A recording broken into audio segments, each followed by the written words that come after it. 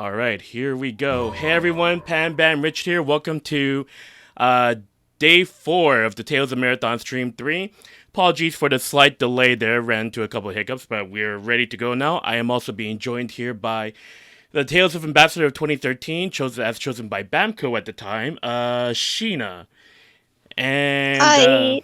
yes, hello, and we both know Eternia. I might know it a little bit more though, so we're gonna be getting right into this with the PSP version of Tales of Eternia, classic, old school, how I like it. Tales of Eternia, tenfold. Let's do this. I'm super excited for this because I played this way back in 2007. It was during like an emulator binge during the time, and it was like the PSX version. But for some reason, I stopped right before the final boss. I don't know why. And 2015, I returned to this game. I played it, I finished it, and I still loved every bit of it. And I cannot wait. I love the narrative, and I love everything about this. The gameplay is just so classic. Everything's all good, and I don't know if I should keep on gushing right now or let it spread out throughout the marathon. But Shiina, I'll let you talk a little bit about your experience about Eternia. For Eternia, I don't really remember when I started playing it. I think it was when the PSP version was released in Europe because we never got the PlayStation 1 version. And I started playing, and I know that I got stuck at some point because I couldn't find where I was supposed to go.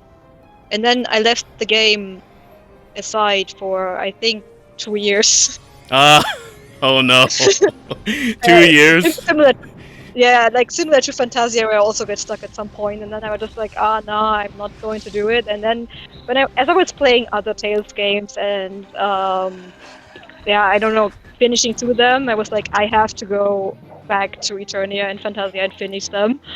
And when I did, I actually found the way so quick that I was wondering what I was even doing the years before. It was not supposed to be that hard. Oh. Well, all right, because like when you mentioned like you left like 2 years ago, like did you remember what point it was when you came back after those 2 years? You mean in the game or outside of it? In the game, in the game. In the game. I know. I mean, the thing that I was supposed to do was like go through move on the world map to another location. And I even found an Easter egg on the way instead of the white one. Okay. And I think for plot-wise, not. I still remembered it kind of because not that much had happened. Like I remembered the key point. Yeah. Did you know about the whole like select button having the navigation skids though? Did you discover that, or was it something that you didn't learn about I until think after? I did not. Oh. Speaking of that, I think I did not. Yeah, it's like because it's so classic, they keep a lot of the features hidden in the manual. So they kind of expect their players to read the manual, but if you play games like nowadays, it's more inherent with stuff like that. So it's completely understandable if you missed it and whatnot. Yeah, because I don't know. It's kind of an embarrassing story because if you look properly, then it should not be that difficult. nah, I don't think it's embarrassing at all. To be honest, this game, I feel like a lot of the playtime is figuring out where you need to go because this game is really short. This game, yeah, this game is on the same level as like to say, like the classic titles like Tales of Destiny and Tales of Fantasia on PlayStation. They only really start to get longer in Tales of Destiny 2 forward. I'm not talking about this Tales of Destiny 2. I'm talking. Should we address that right away? Tales of Destiny 2. Do you know the story about Shiina? I do. I looked it up, and I'm still. I heard that it was licensing reasons, but it's still a bit weird. Maybe you should explain. Okay. All right. Well, I remembered hearing as well it was a licensing thing, but there's another part of it as well where it also involves I think because like there was an interview with the localization director around the time of this game's release, and even the interviewer said, "Oh, why is it called Tales of Destiny 2 instead of Tales of Eternia?" And this could be a PR answer or not, but it's up to you. But I feel like it makes sense because the director Akikozu said the reason why they renamed it is because they wanted it to follow a line of games like Final Fantasy. Like Tales of Destiny was the first game to come out. Tales of Destiny 2 is the next line to come out in the series outside of Japan. So that was their mentality, but of course Tales of in Japan has started to give different names to them, so eventually that changed. But that's what I was able to research online, at least. I mean, it's also a bit of unlucky coincidence that Destiny 2 is actually a game that exists, because most Tales titles don't have a second title, but that one did, so... It's not even that, it's also like the first sequel in the series, so like, I think like, yeah, the localization team definitely did not expect that. It's like the left head does something while the right head does something else. Like that expression, I probably screwed it up. But basically, yeah, I'm glad that they eventually came back to it, but it was certainly amusing back then, that's for sure. Oh, and this classic intro. So classic. Unfortunately, in this version, the localized versions, they don't have the credits, the opening credits that show up. That was more in the Japanese version of the game. They did something similar to Fantasia. Don't know if that was something you're also aware of, too.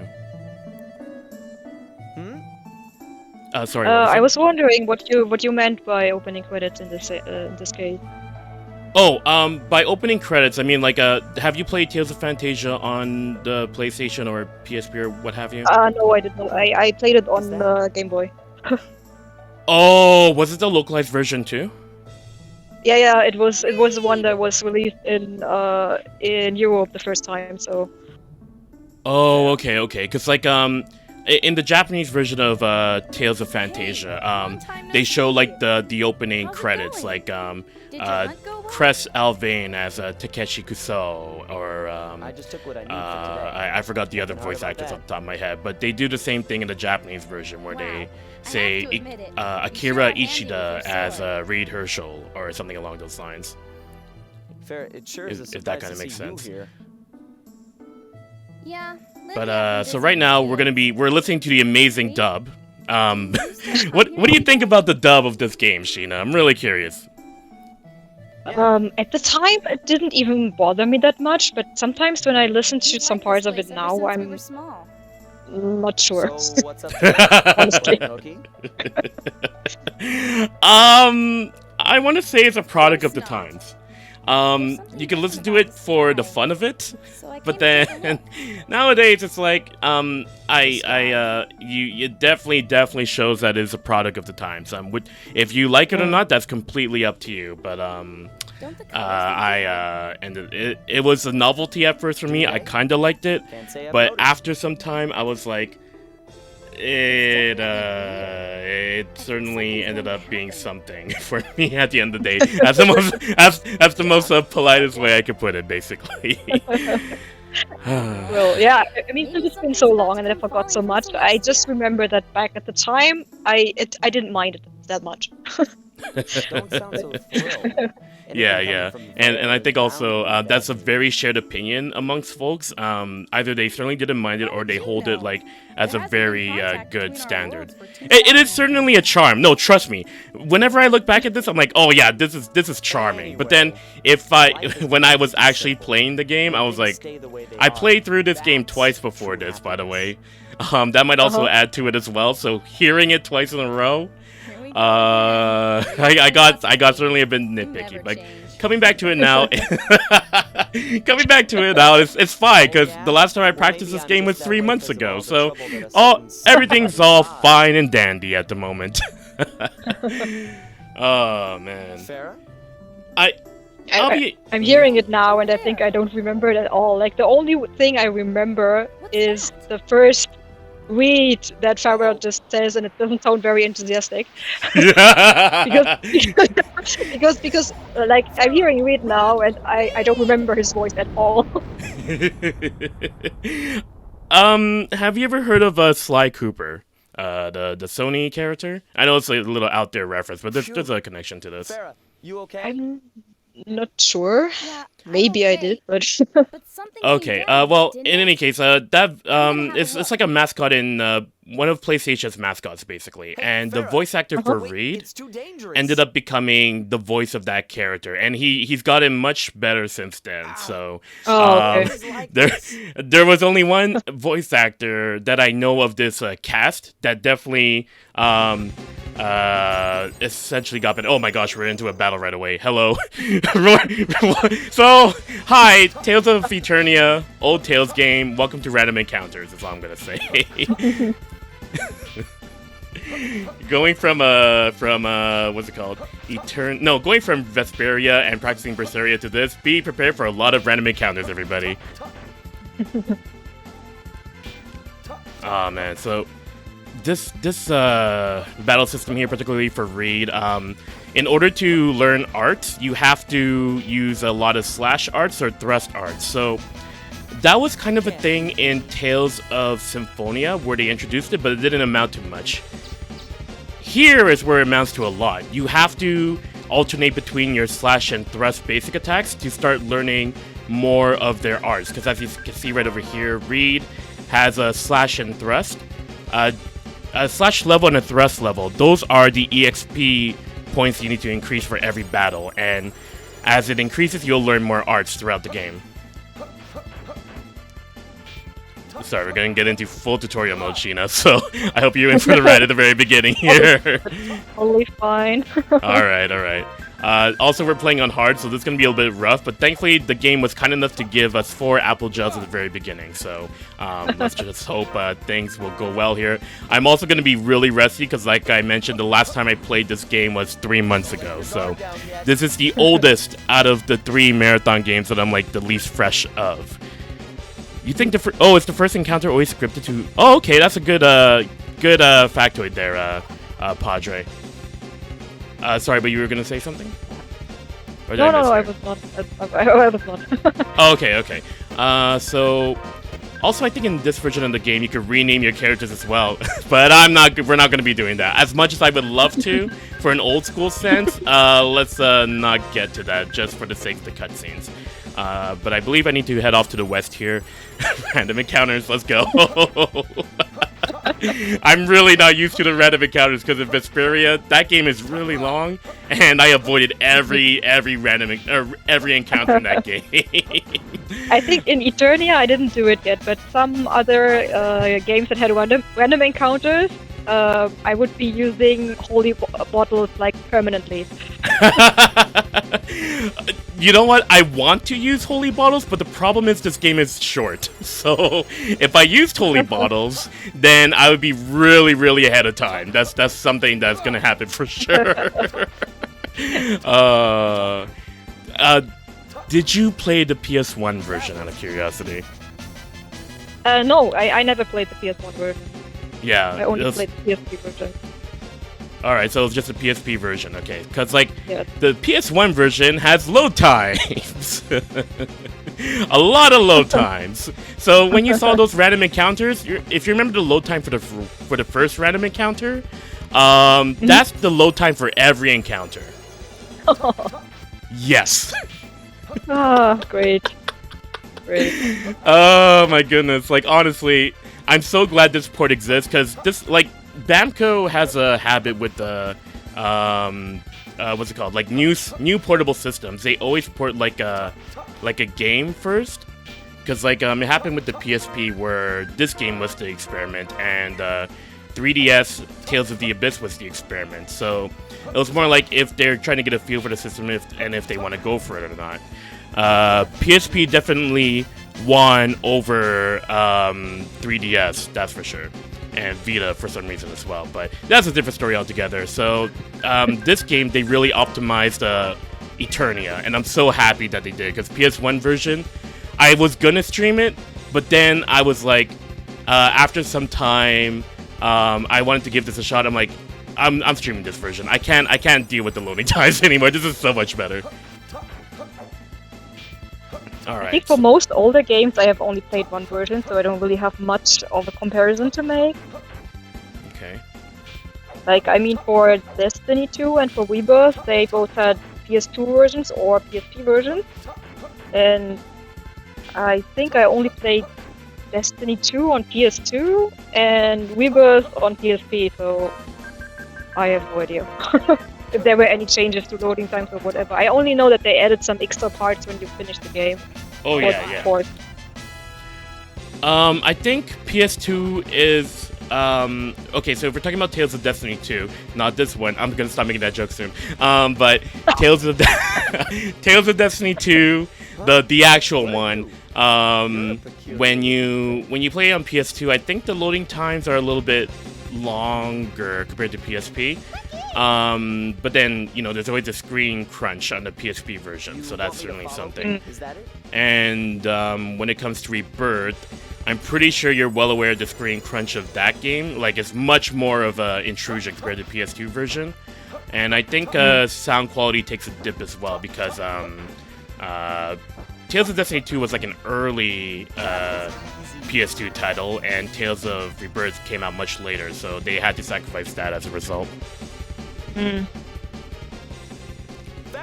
I did also play through the PSP version as well of Rebirth, and it was okay, but it still felt like everybody was a little bit too crowded for my taste. What is this? Well, Reid, what is this? Who's that? And who's... You tell me. Oh, whoa. I love this. I love this. Honestly, I'm glad that the actress committed to this, though. Like, this is something that's universal between both versions. And I think there was also a derivative of this later on, like in the Exilia, that's for sure. We'll be learning the name of the language of this later on, though. I can't understand a single word. What do we do? You also played GBA Fantasia. Yes. How the version that everyone hates, and it's the only one. No, it's not the only one I played, but it's the first one I played. Much later on, I played the Cross version. Yeah. But yeah, that was years later. Let's get her out of here. Well, how about that Cross version? Isn't it much better than the GBA version? It was, but at the beginning I was a bit sad because I was used to playing as Archer, and when you had the mystic symbol or something equipped, then I would just be like when you play Fantasia on the GBA version, time gets stopped whenever there's an art casted. Yeah. So when you have the mystic symbol equipped, then the enemy cannot do anything because I will cast first, and then time gets stopped, and then they will get cancelled with whatever they're doing, and I just continue on. So that's how I beat the game. Yeah. Yeah. In the Cross version, I actually had to put in effort. Well, to be honest, at least with the GBA version, like, what word is I looking for? Because, like, I really couldn't go back to that one personally, because gameplay-wise, it was pretty rough around the edges, but like you said, it is certainly easier to get through the plot, that's for sure. I got it. Can you let go of me now? I don't think I could play it now. Like, at the time, I didn't mind what it was like, but I think if I had to play now, I would choose the Cross version anytime. Wait. Not only because of gameplay, but also because of voiceover. Well, at least they had voices, even though... I don't know. I don't know who they casted, but it sounded like they just got interns, really, at the end of the day. And they tried their best. Is all I gotta say. Yeah, but they only needed battle voices, so it wasn't really like a big deal, I guess. Well, yeah, but I think, like, we also have to remember the most famous dialogue from the very beginning of the game. Like, that technically counts as voice acting as well. Of course. And I think nobody wants to forget about that. And I'll remind you guys about that later. Well, I don't know. 2 or 3 days down the road, we'll see. Oh, there's one thing about this version of the game that I think I prefer the PS1 version over. This art that you see here, the like for So the that's what villages and happened. whatnot. We wanted to ask for your advice. The sprite work is much better on the PS1. Okay. I don't know. Have you seen Tales of Destiny on the PS1 as well, Shiina? Not in person, like only maybe a video or something, but I don't remember it well enough to make any comparison. Okay. Well, I do recommend seeing if you can see like some of the sprite work. Like at the very beginning, there was like sprite work for Dimlos, kind of similar to DC a bit. But I feel like the sprite work was so much better for the environmental scenes That's no introducing the excuse. towns on PS1. You're saying we just turn our Because backs on this girl in game, trouble? they're a little bit more, they're more zoomed in first off, Farah, and they're also blurred out a bit too, so it kind of takes a hit on the sprite work. Strange Okay. clothes, unintelligible speech. But those are just the little nitpicks that I'm going to be making throughout this marathon.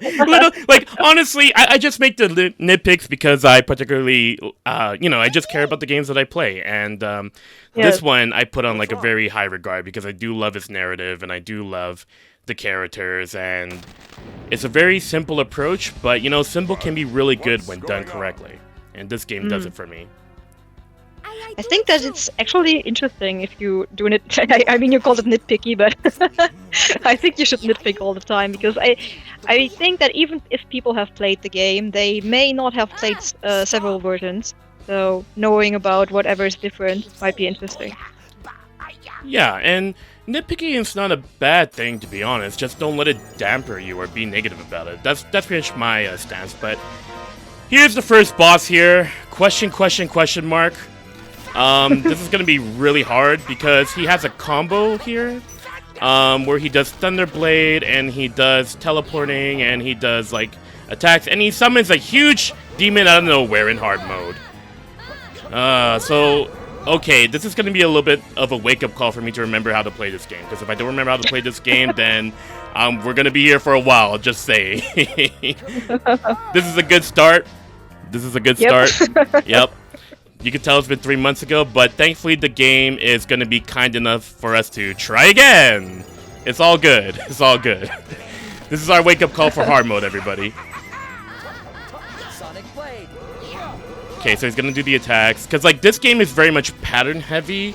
I didn't get to revise the patterns because it's been 3 months I last played this game, and trying to pre-practice this game again means having to go through all the cutscenes again, and I don't. And there's no skip cutscene button, unfortunately, to practice the bosses. So bear with me as I try to refresh myself on things. But one thing's for sure is that Farah's going to constantly be down there on the ground for this fight. Just as a heads up, because Farah will not defend herself whatsoever properly, no matter how you set things up. Yeah, he does Spark Wave, Thunderblade, and Summon Demon because it's hard mode. And the problem with this, I could use Sonic Blade from afar, but I don't have manual yet, so Reid is going to constantly run right in front of the spell and think he's doing a good job. But we don't even have anything. Oh yeah, because it's the first game to deal with magic, there's no way to defend against magic either. So please bear with me once again as I try to deal with this. But it can be done, even if it might take me 3 attempts. Trust me, this is a very short game, so it's not gonna affect timing, unlike a game like Vesperia, for example. There you go, and we're done. Okay, that didn't take as long as I expected. All right. Congratulations. Thank you. Thank you, Shiina. That's our wake-up call, everybody. If you pick hard mode, this is how things are gonna start.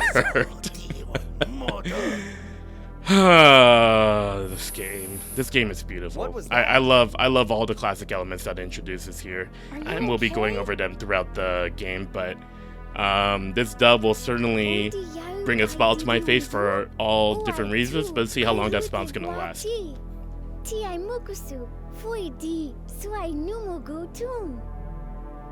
That man. So what did you think about the narrative of the game, Shiina? It didn't look like a father greeting his lost child. I don't know if I that's for expected sure. too much because everyone seems to love the game. Okay. But also it's been so long. Are you alright? That's I think that after finishing the game I did like it, but just not as much as I liked other Tales games. So maybe it would have had a different impact if I had played it earlier than other games. Because I feel that a lot of people who have been influenced by the game, and there are a lot, like I think we have at least 3 Japanese voice actors who started being voice actor because of Eternia. So I think that might have been a strong impact to them, but maybe if you played it too late, then those classic approach doesn't, at least in my case, it didn't work as well. Yeah, that's understandable. Age is certainly a part of it too. I think this was like my, However, technically I'm my going with her as well. my third Tales game, I want to say, but I didn't quite finish it at the time. But yeah, age is certainly a part of it for sure. That's for sure. Which voice actors Goodbye. grew up with this out of curiosity? The one I remember the most vividly right now is Osaka Ryota, who voices Mikleo, because Oh. he became a voice actor because of Reid, like Ichiro Akira, who voiced Reid. Yeah. And he's still like a total fanboy of the game. Like there has been a previous radio show, Japanese exclusive, of course, but in the Thanks for talk waiting. part, he was having with the voice actor of Soleil. He would go on that he can just quote everything from the beginning of the game, and then he starts going wearing on my with old Farah's clothes. and he just imitates it there. So pretty funny. And they were talking about some kind of I don't know, battle stuff as well. So he was quite into it. Wow. Do you really That's I think for really others- hardcore. I'm pretty sure there was someone. I think, I've decided. if I'm not First, I need to mistaken, find I someone think who that understands Matsuoka Yatsugu, who voices Law now, Any ideas? was also influenced by Eternia, Okay. Got one. if How I'm about not you? mistaken. I know that yeah, Kill. there's a voice By actor kill, that's you mean that who doesn't have crybaby a good-for-nothing role in Tales yet, Killzone? but he became a voice That actor was when because he was of small. He's become a Midorikawa's student at Leon. Minchi University. Oh, okay. So it's more So Destiny. it's actually quite common. Aren't the Like students it's always respected? especially for You might be Destiny able and to Eternia, I understand think her. there are a lot of people who played it at the time and were influenced by it. But So it's Keel we're talking about. Yeah, that makes I sense. That makes wonder- sense. I mean, yeah, Destiny and Eternia are like the big games in Japan, that's for sure. And yeah, it's No really cool to problem. hear that like It's decided. voice actors from destination is then the town of who were like Academia little kids Mitch. playing through it, like they're now like voicing the characters Well, in the let's go, same my same little series lost they bird. fanned out about back then. It's very endearing. yes, it is. Man, to think that Mikleo's Japanese Oh, VA DTF, knows like the so beginning please, of this you game know. specifically. That's That's Um, fan. we We all relate to that, right? Because like we're all fans of do. like these Tales games. We do. When they were talking to each other, it was like Please stay here. listening to just fans talking about the Understand? series, and it was very endearing. Yeah, that's cool. That's cool. I think the game for me for that would have to be Symphonia because it's the first one I grew up with. But other than that, like that's just I can't think of any others because I played too many Tales games since then. Reid? I mean, if we go about quoting, I think the Looks like one she I can wants to quote stay the with best is you. also some parts of Symphonia as well. So Oh, It's okay, also- okay. it's also like a question of timing because if you are like Well, at a certain age, he then needs you to will start leave the memorizing village. things She better. doesn't wanna be And if Yeah, you played yeah. it a lot during that time, then it That's will all just I'm saying. stick with you. Speaking of which one was your first then? I knew this would happen. It was Symphonia actually, because it was the first one that was released There we in go again. Germany. Oh, that's right. It isn't that bad being needed That by reminds me such of a the cute girl, times is it? when Whatever. localization wasn't forget quite that it's as dangerous widespread. out there. I'm so glad You things need have to be changed well now, but prepared. it must have been really hard Mm. back then. Because I remember that I bought Fantasia and Eternia day one when they came out because it was like, wow, it's a whole series. I want to play more of these games. Yeah. Oh man. Yeah, Symphonia is a big one, and I think like the next game that Europe got was like Tales of Fantasia on the GBA, and Yeah, I think so. yeah. I'm not sure if the third one was Eternia or if the third one was actually Ready Mythology. Because I know I was quite into Ready Mythology at the time. I want to say the third one was definitely Eternia, and the next one is gonna be Radiant Mythology. Because I think Radiant Mythology was localized around 2008, or no, near the end of 2007, and I think this game was 2005 localization, 2006. Oh. Somewhere around there. Because, by the way, this version did not come out in North America, by the way. We're playing the European version. So, it's hard to find these discs nowadays. So, I really, I really hope they port these. Like, honestly, these games really need to be preserved some way, somehow. So, I hope someday, like, this version is brought over because, yeah, people need to play the classics. Let's see here. I think there's an abandoned house. Let's find here. No. That elder does not like me. Where's the abandoned house? Somewhere here. Once again, please. No, this is Reid's house. All right, good start. Again, please bear with me. Compared to games like Vesperia and Berseria, those games were easy to practice because they had a cutscene skip. But this game didn't, so I only practiced this at the very beginning, and I didn't have time to practice it afterwards. So, again, please bear with me if I'm a little bit rough around the edges, but I will try my best. I will try my best. Jeez.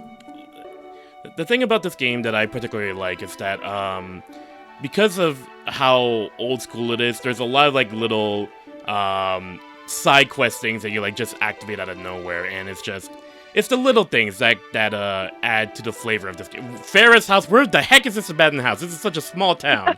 Where is this abandoned house that I wrote in my notes here that I cannot find? I think this is it. This is it. This has to be it, right? Alright, I guess we got another lens. Is there something else? Could you enter? No, you can't. That is definitely something more essential later, but I think we should be good to... Oh, wait, actually, there's one character that I need to speak to. Hold up. This game. There's a character I need to speak to that gives me a... There you are. I'm gonna change my axe for a short sword. Basically, the reason why is because, like, I want to keep balance.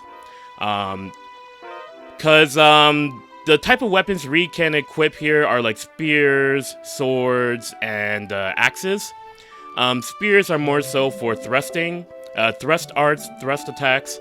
Axes are more for slash attacks, and the sword balances both of them. So I want to go with sword because I kind of want to like see if I could grind both my slash and thrust levels to gain the arts equally, because this is the only game where it really matters. Symphonia, they try to bring it back, but it doesn't particularly work too well. It's not essentially important, I mean, as this game. And Vesperia tried as well, but it did work, but then everybody just used swords for Yuri, so I don't think anybody used axes for him. You'll find mint at the lower reaches of Big River Rasheen's. No problem. Oh, so those are the skits, by the way. If you press select, they only show up during the field, and they tell you where to go. Alright. So, right over here, we're going to be learning about the name of our mysterious pink visitor. It's too bad we can't. Symphonia was your first. What was after Symphonia for you then? Oh, you said Fantasia, I'm pretty sure, and then you followed with Eternia, then Radiant Mythology, and then afterwards, what came from there? I think the next one was Abyss, like the kind of English version. Kind of English version? Yeah, because I was having trouble getting the game at all, especially because it would mean I would either need to mod my console or import a console. So since we went for the modded version anyway, I was playing through Abyss in the mixed version that was based on the English one but had the Japanese audio. Like we bought the Japanese version to own the game, but we wanted to play it with the English text, so we went for that version for playing. Oh, I see. Yeah, and after that hurdle was cleared because I wanted to play Abyss the most after I played Symphonia. I went on and just tried to get all the other games. I see. Sorry, go on. Well, that's Yeah, no. It was just like I don't know when I Hey, started. I think it this is was working between fine. 2008 and 2010 where I played Understanding most of the Mary Tales games might be in a a lot very easier short than I time span. thought. Holy Maybe smokes. we won't have to go on. I remember going through that, but how many do you remember playing from 2008 to 2010? It should be almost all that I was missing. Like, I know that from Graces Guess we better onwards, go I see played all Kyo games after at all. release, Good idea. which was end of 2009. So that's all the, yeah. like, the radiant mythologies and stuff like that too, huh? All the radiant mythologies and games like that? Yes. Like, I have not played all non-Mothership titles, but the Radiant Mythology games I have played Let's do it. before. Oh, okay. All three of them. Yeah. I'm still missing, like, Narikiri Dungeon, and I still haven't played with Unitia. But yeah, otherwise I'm good. Oh, okay.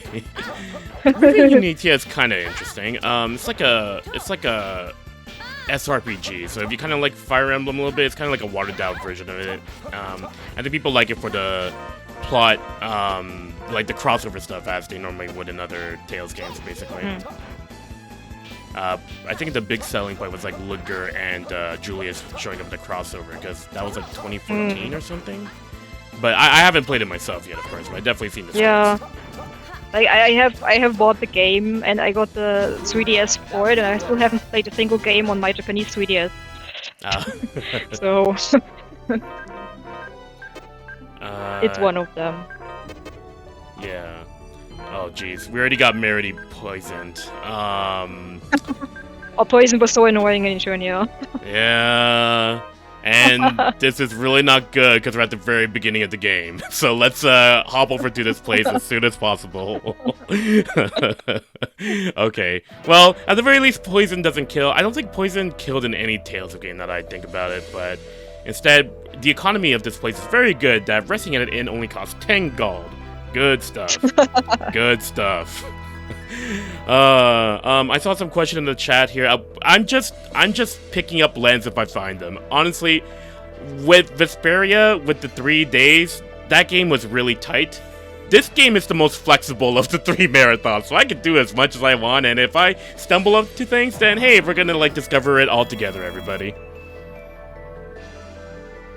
I'm actually amazed that you want to finish through Vesperia, because Vesperia takes a lot of time.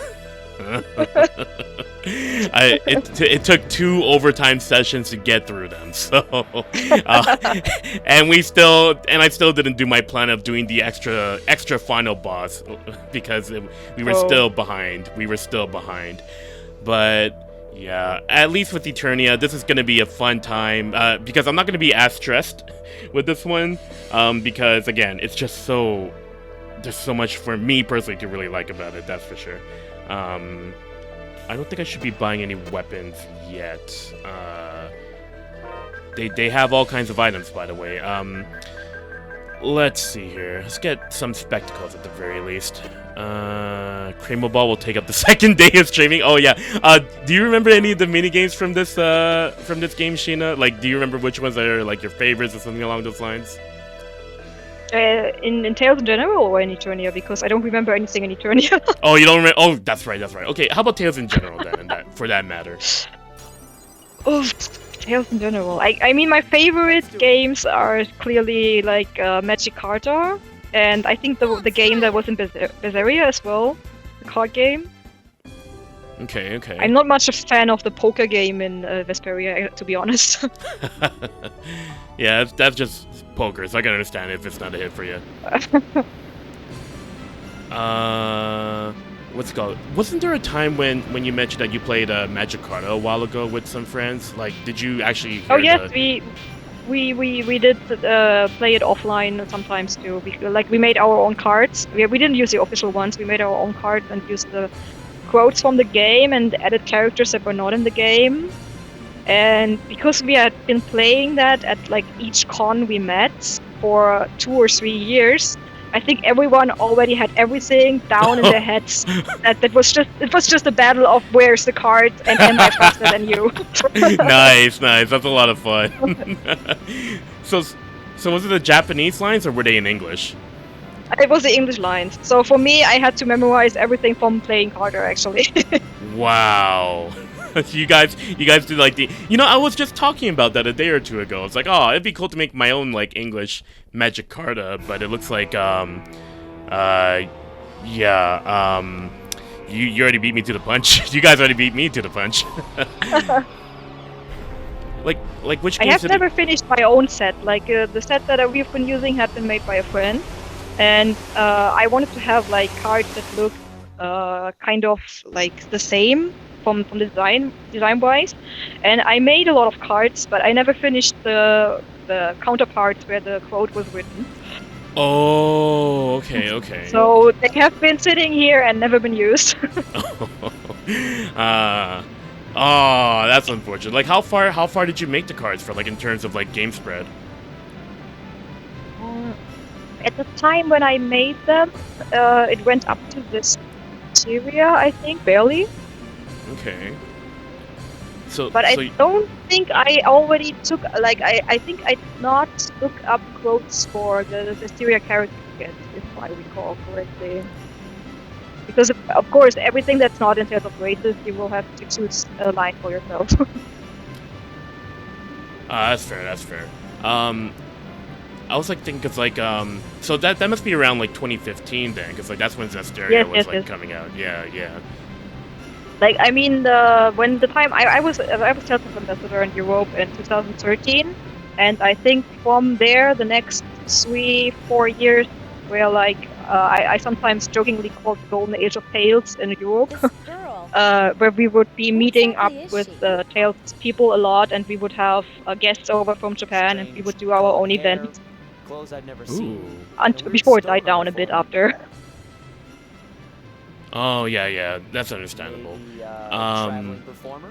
But that's, I was thinking like the Magic Carta, because like when it comes to that game, like a part of me thought like, because like there's like a set of cards you could get from Japan that was made by Namco, I think. Yes. And what was it with the audio CD that came with it? Was it just somebody singing it, or were they actually directly lifted from the games themselves? To be honest, I bought the sets afterwards in Japan when I found them, but I have never listened to the CDs yet, so I don't really know what they are doing there. But from the explanation of how the game's supposed to work, I think that on the CD there should be one track per card that you have, and then the first part of the quote will be said, and then there will be a blank until the second part will be said, so you can guess it after the second, hopefully.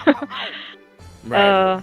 I would assume that I would do it like that, and then you can just put it on shuffle mode, so you will get a different quote every time. But yeah, I've never actually checked it out because I had no one to try it out with. Right, I understand. Like, I have a few friends who would understand the quotes, but there was just no chance to do it since. Yeah. We'll let Keel figure it out. Sorry. Oh, sorry, I thought you said something. Anywho. No. Yeah. So right now, for those who've been following along, we've been trying to get across to find Keel. We thought we could translate Meredy, but we couldn't. As any person who's watched anime, they think they could translate Japanese after watching a series, but they can't. So that's why we need to find our good buddy Keel, but we don't have a bridge to get across. So we're gonna be seeing if we could go through here. The cool thing about this game, if you hold square and hold down, you can zoom out, and you get a better field of vision. This was carried over from Tales of Fantasia and Tales of Destiny on the PS1. If you do it like this on the PSP version, it makes things like much better to be aware of things. So you have the option of making your battlefield zoom out. But the problem is that in the PS1 version, if you zoom out, then everything will look really small and it's really not helpful. So this is the one case where this feature is much better in this version than PS1. All right, now we're actually. I didn't know that you could actually do that. It looked much easier to fight with the camera zoomed out like that. Yeah, it really is, because honestly, like, I didn't learn about this either. I don't think it's in the manual too. I could be wrong on that. It's more so, not enough karma. But you're telling me I should play Tales of the Abyss? What is this game telling me? I just should be playing this instead of Eternia? Come on. We're here to play this game, well, actually, one day I'll revisit Abyss. I feel bad. Shiina, do you remember last time when in Marathon Stream 2, you were there with me, we were going through Act 2, and it was all fun? Like, good times? Like, we were talking about the story and everything? I know it's been a while. It's been a while. Like, when you said that I was in the previous stream, I questioned my own memory. Okay. I'll be completely honest here, because I was like, okay, maybe I remember doing that, but I have no idea what we were talking about at the time. That's fair. I guess the point I was trying to make is, like, in 2014, when we did that stream, it's like, oh, we're having a good time. We're talking about the plot of Abyss and everything. It's how we loved it. But then, like, when we got to Act 3, when it started repeating everything, I started hating it, unfortunately. I was like, oh, no, it's basically Act 2 all over again. What is going on? And I got really nitpicky, and it got in the way. Uh-oh. So, remember when Yuri would go up 1 versus 8? That's also something that they borrowed from this game. 1 versus 8. Reid versus 8 monks, let's go. But thankfully it's not as annoying here, because it balances the HP, so you're gonna be okay here. Unlike in Vesperia, where it's like, no, Yuri, you're gonna get beaten no matter what. I hope I'm right, though. Right now I'm kind of getting my butt kicked a little bit. Let's just, okay, actually, yeah, we're good. We should be okay. Even though this is hard, we still should be okay. Okay. This is definitely much easier than Vesperia, and I appreciate it all the more for this. I'm gonna be okay here. Famous last words. Yes, thanks for Chase. Alright, so let's get some Sonic plays here. Speaking of Vesperia, we did just finish it yesterday. How did you feel about that game, without going into spoilers or whatever? About which? Vesperia? Vesperia? Yesterday. Yeah. I loved the characters in Vesperia. Okay, maybe it's a bit unfair to judge the plot like I did, but because back when I played it, I understood like 50-60% of the plot. But yeah, because it was the first game I played in Japanese. Oh. So I had to rely on my listening ability, and it worked. Like I did understand what was going on, but I didn't get all the small details. So it maybe my impression would have been a bit different if I did. Right. But I think that the plot takes lots of time to go somewhere, because at first you are just running from one thing to the next. Like, we are finding that Aquablastia, and we're yeah. At some point it gets into a big deal and whatever. But I mean, I do like the world building. I do like the characters. I just wonder if the plot shouldn't have been a bit different. Three writers wrote that game. 3 different acts. Maybe that's why. I don't know. Yeah. I mean, I don't know if you know about it, but they made the stage play of Vesperia. Oh yes. And in the stage play, they basically just go up to, I'm not sure how the cut is made, but I would say the second act. Like, well, anyway, at first I was upset that for the stage play they would leave like Patty out, but they would have repeat. So I was like, wait, why do we have the dog and we don't have the extra character? And then I was not as upset anymore when I realized, hey, not even the final boss of the game is important enough to be in the stage play, because the boss in the stage play is just Alexei. It's okay. I see.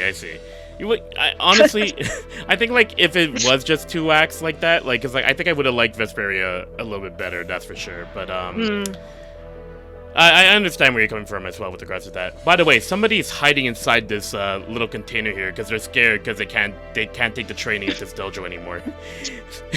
It's the little things like that. Like, that's when you know this game is an old school JRPG.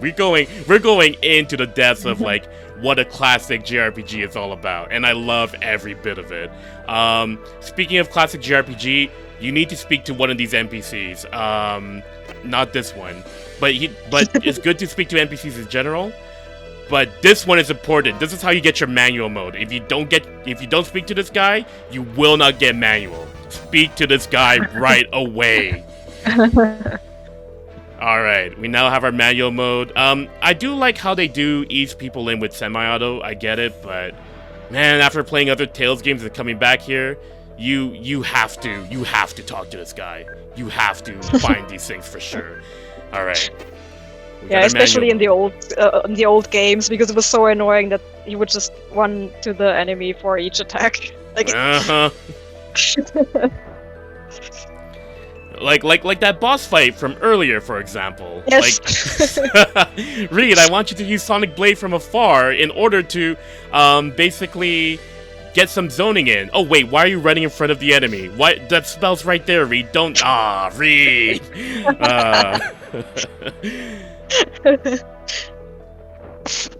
If you like semi-auto, that's more power to you. I'm just like saying, like, if you're in a harder difficulty, it might help to go on manual. But play however you want at the end of the day.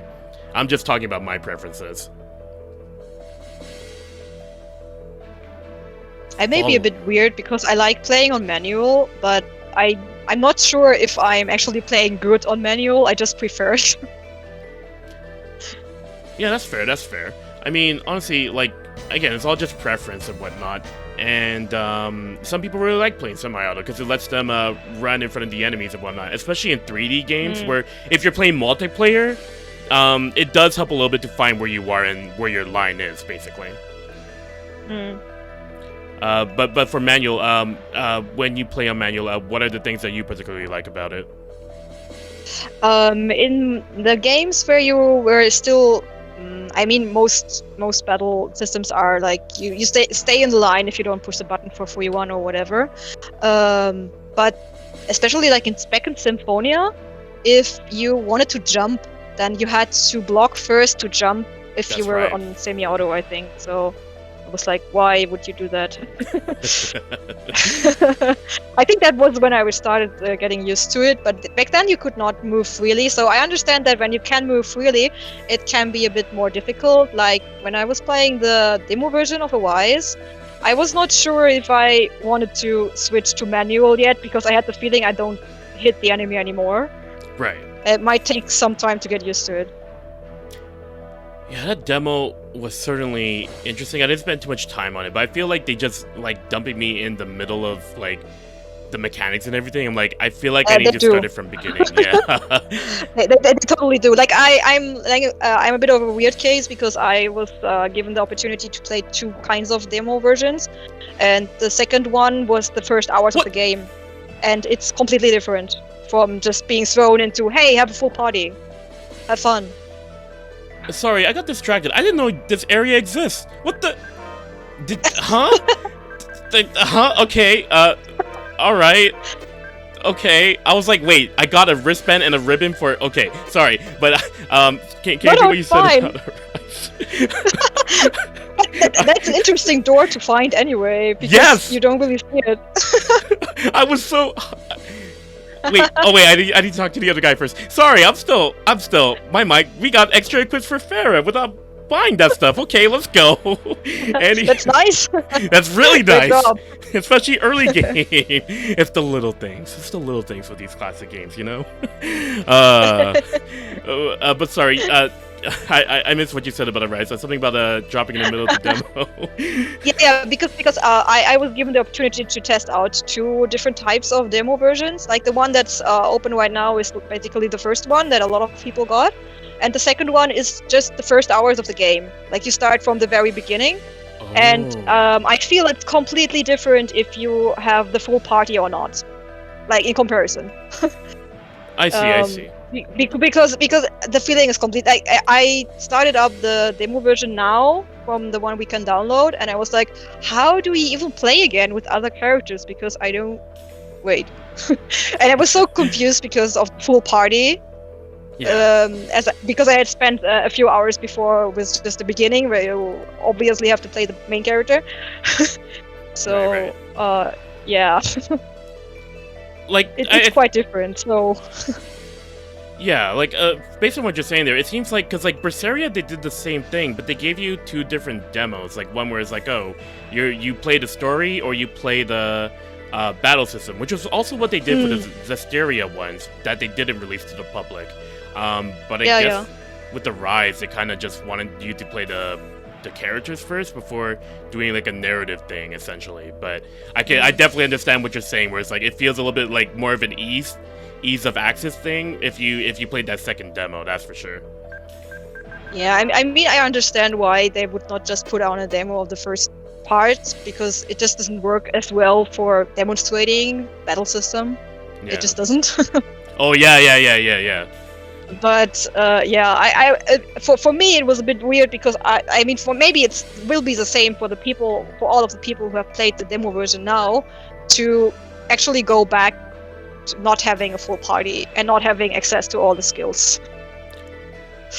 Yeah, like, definitely ease of access is a thing, because when I played that demo, it's like, I felt like I had a lot of toys to play with, but I didn't know where to begin. And also, it worked even less for me, because I'm kind of preparing for these 3 other games, and I don't want to learn another game just yet.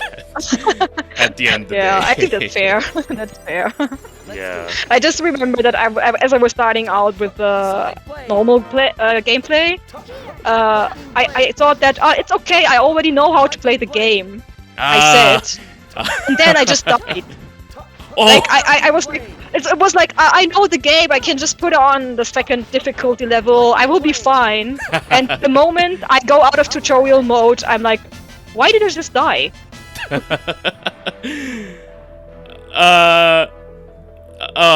such a mood. That's such a mood. I kind of underestimated that it would be different. Yeah. By the way, sorry, I'm just pointing that out to everybody that's seeing what's going on right now. The fight that we ran into with Reid, where you fight like 8 people, you could redo it again here in the dojo, and it's a legitimate way to grind a little bit. And I'm trying to get Farah and Merity up to 1 extra level, because the random encounters that you run through along the way on the field here are going to be a little bit rough, and to have this easily accessible and they give good EXP is a good way to prepare yourself for what's to lie ahead, compared to the enemies later on. The best part about this is that even if you lose, you don't get penalized, so that's why this is the best place to grind, essentially, and get used to things like I am doing right now, because it's been 3 months since I played this game. I think if I ever go back to playing the game, I will have learned a lot from all the things you are explaining right now. Well, that is the aim of these streams, yeah. So if ever you want to revisit Eternia during the time of Rise, then go right ahead. I think everybody will be playing a Rise at this point, to be honest. Yes. All right, and still, there might come a time when I go back and want to play Eternia again. So. Yeah, of course. And my time is right now. I was really excited to come back to this game, because all the games of the marathon are determined by poll, and particularly the middle game, I want to shine light on a game that doesn't get much attention, and the games that were in this poll that Eternia won were Fantasia, this game, Dawn of the New World, and Hearts R, and it was getting close to the wire between Hearts R and this game, and Eternia essentially won it. And as much as I like Hearts R, I haven't touched this game for 6 years, and this was the first game I jumped into practicing right away, because I remember really loving it back then, and I still love it now. It's so it's just everything screams about a classic. So I know you're not quite as big on it, Shiina, but this is the intro, so I don't know how much of discussion got to get out of the way until we continue through the marathon, basically. No, it's fine. Like, even if I say that I did not, like, it didn't strike me as much as other games, at the end of the day, I just love all Tales games, so any Tales game is good. Yeah, I hear ya. I could definitely relate. That's all I can say with that. So right now, what we got over here is that we're learning about these Cremo cages from this guy named Paolo from the dojo, and it turns out to be a similar language of calming the waters that we see here, that Merity is speaking right now. So a little bit of foreshadowing for later on to come.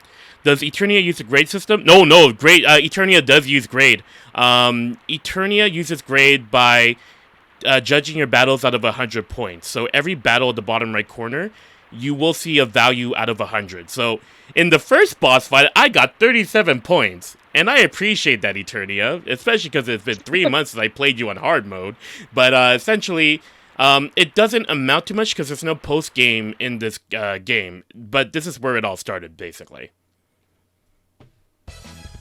And it got refined in Destiny 2, where it's more about what... Oh, wait, hold on. Mini games! Let's do this! I love this game! I love this game!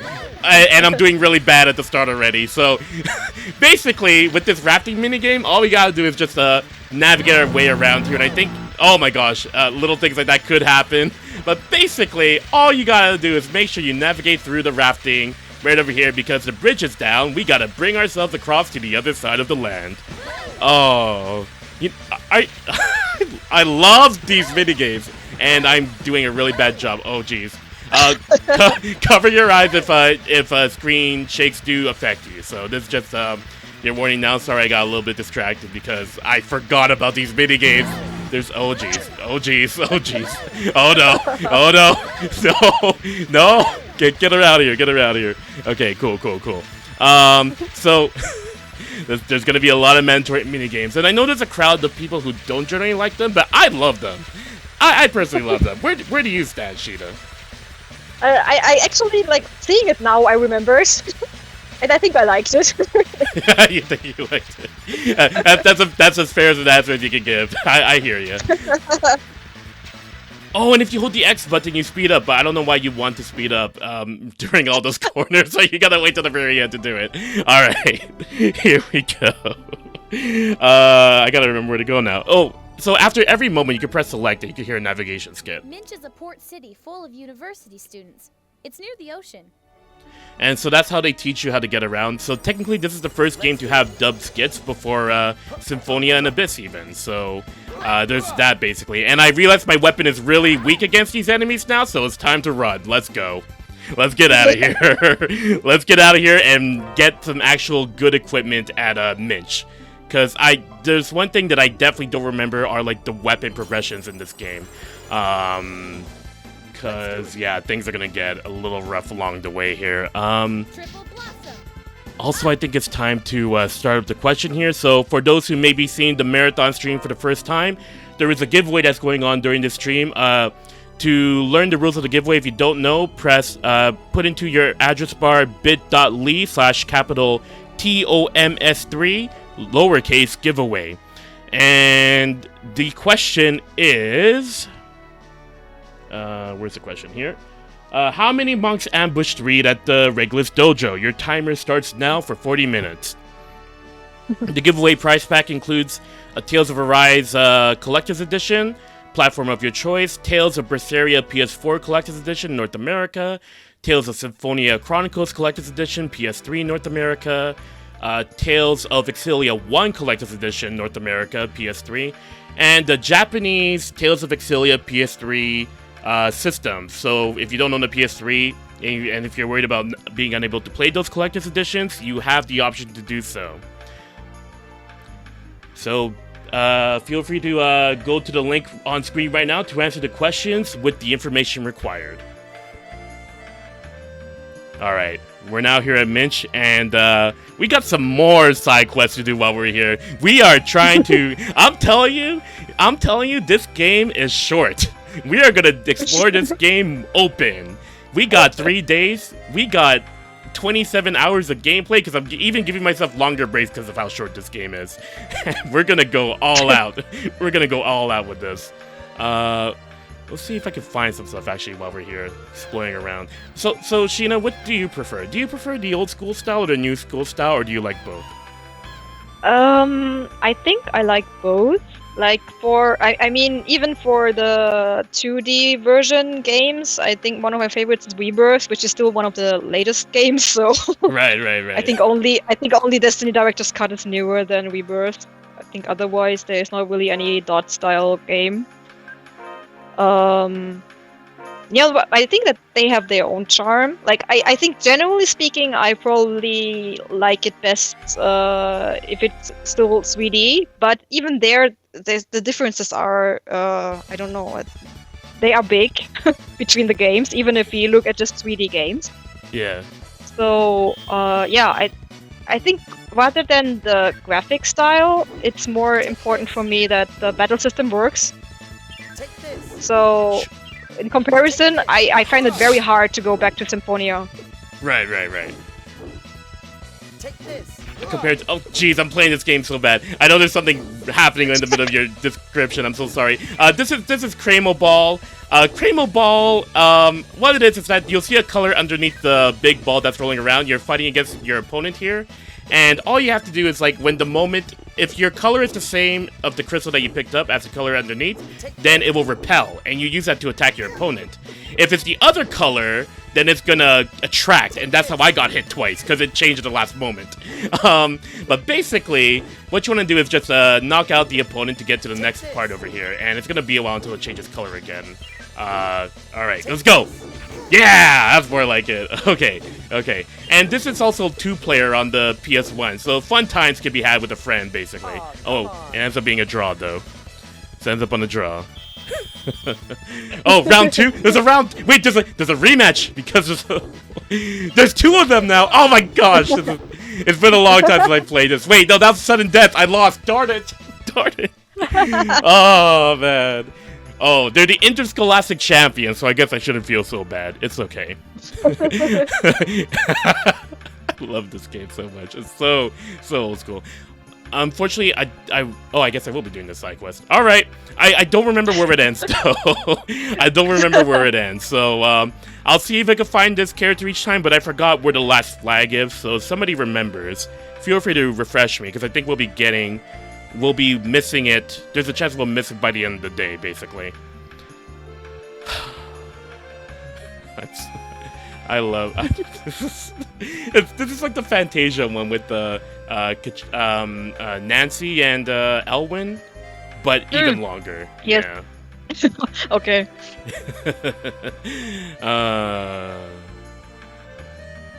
So you mentioned that like Symphonia was the only one you couldn't go back to. Like, I feel that I think I could still play it, but I would struggle with playing it again. Like, I don't know, because it's kind of 3D, but it's not, because they don't have Free-One. Right. So it's a bit difficult, and I also I think I could still play it, but it's very difficult to have other people play it if they had not played it before. It's very difficult to recommend at this day, because the gameplay is, it takes some time to get used to. I mean, it's still not the worst. It's still not the worst for me, because I have literally no energy to replay Legendia, even though I love it so much. But I see. I don't know. The battle system is keeping me from wanting to replay it for real. That's Legendia or Symphonia, or both of them? I think Legendia even worse than Symphonia, because Symphonia I have replayed even afterwards at some point, but Legendia I really played through once. Okay. And it's also the game where I was using holy bottles like all the time. I remember the holy balls in that game not really helping. They didn't really help at the end of the day. The thing is, they helped, but that only means that the encounter rate when you were not using them was just horrible. I hear ya. Yeah, no, like honestly, Holy Bottle in Legendia feels like what the encounter rate should have been. Yes. So I could not go without using them, because it was just too much if you don't use them. Yeah. Yeah. I mean, I think I would play Legendia again if they ported it to another console, because I have issues playing it on PlayStation 2 right now. Mm-hmm. So if they at least gave it to me on another console, then maybe I would even stick up with the battle system.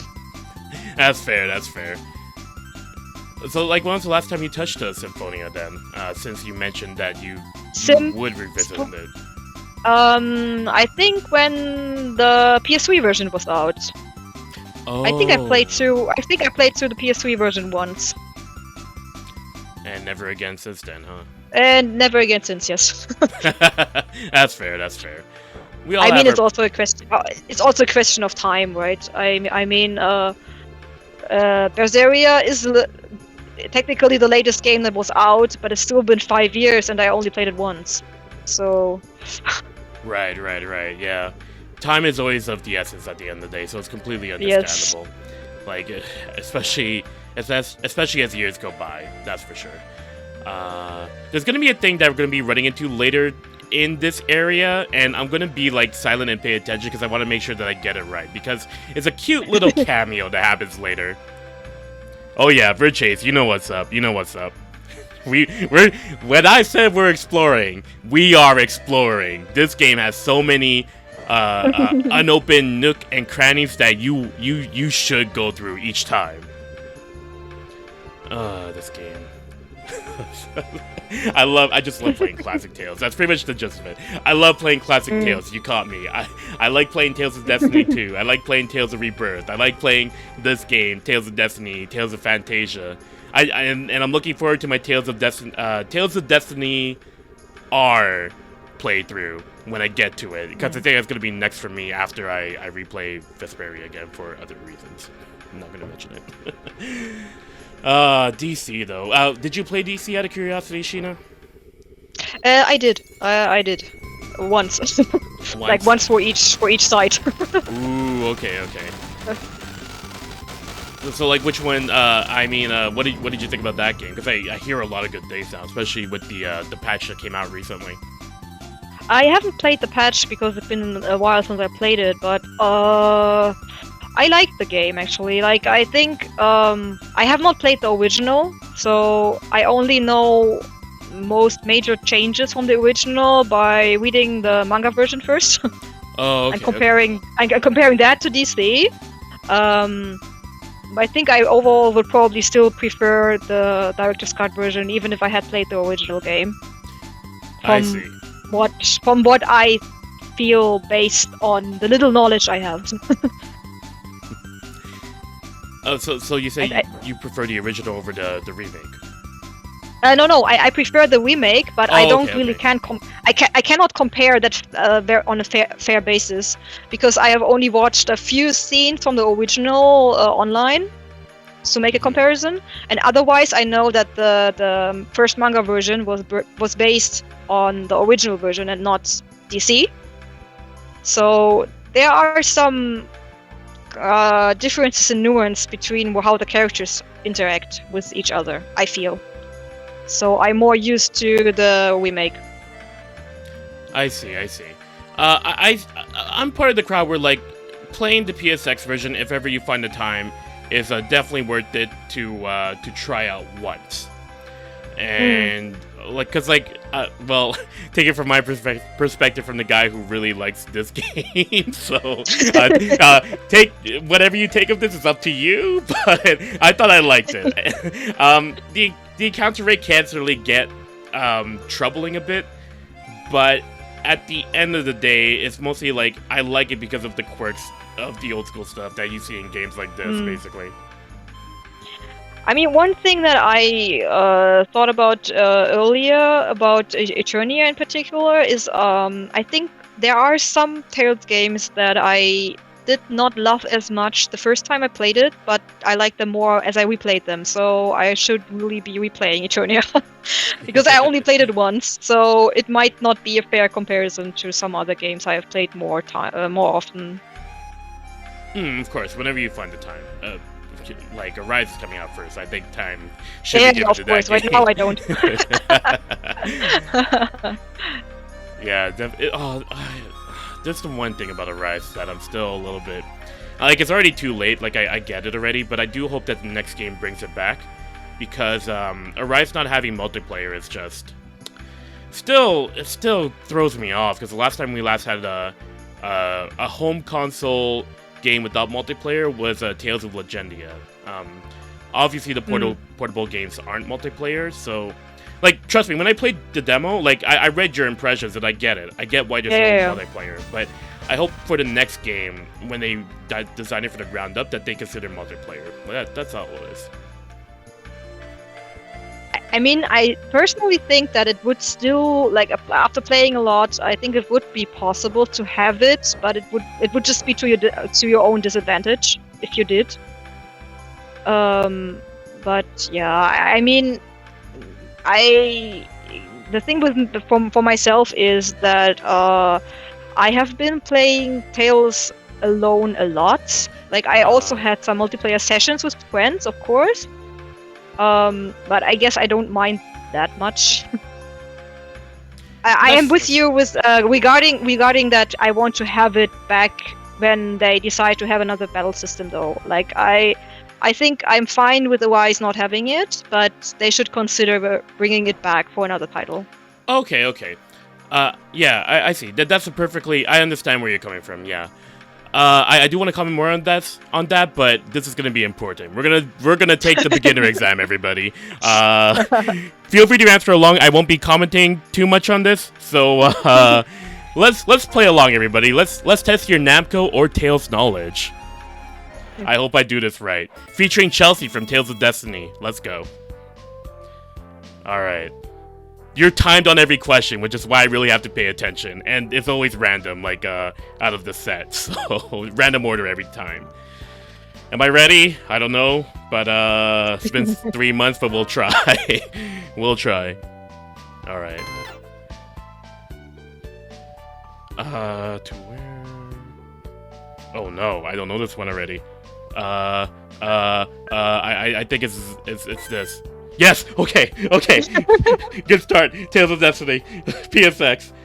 I don't even have that on my chart. What the heck? I guess I trusted myself to know it. Oh my gosh. Okay. Gee, I wish I could talk to myself from 3 months ago. Okay.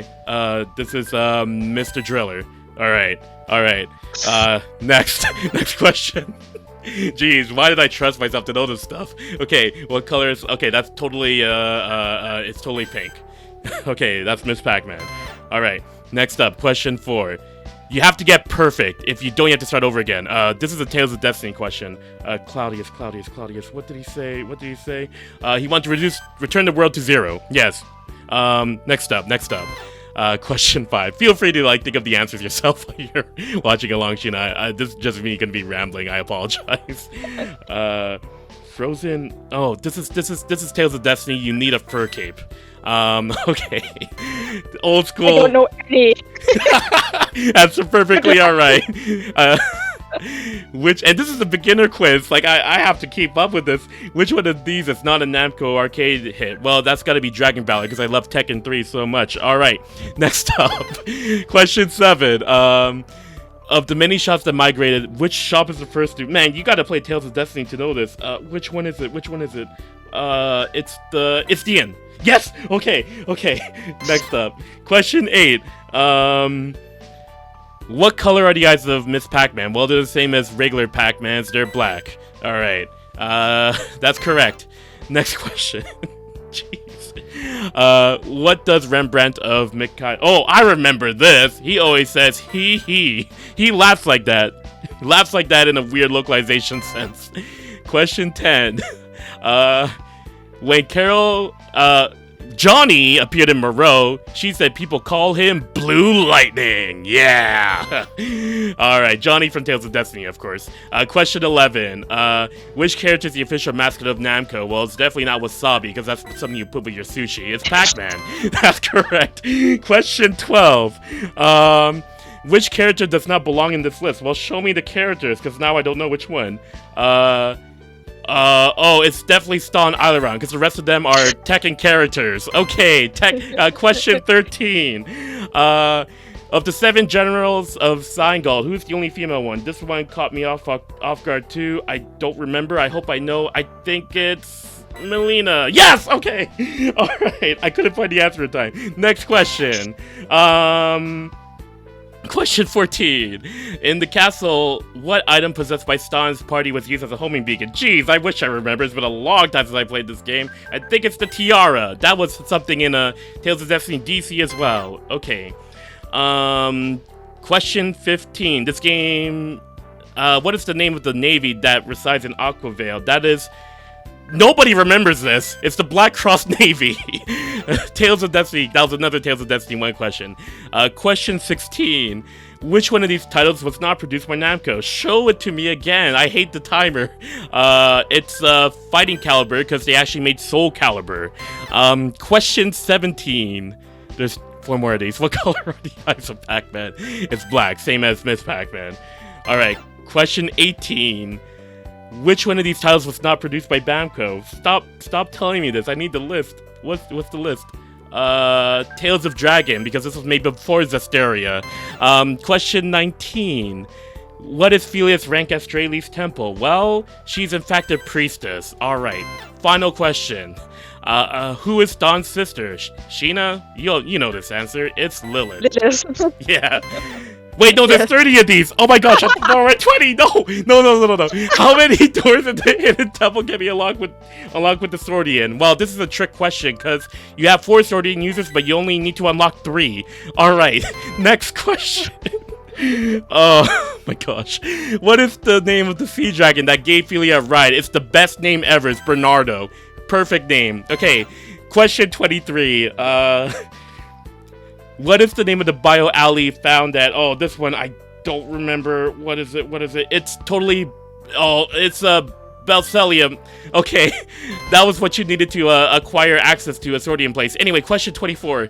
Why did Alba request for Chelsea to return? Those from Marathon Stream 2 will remember.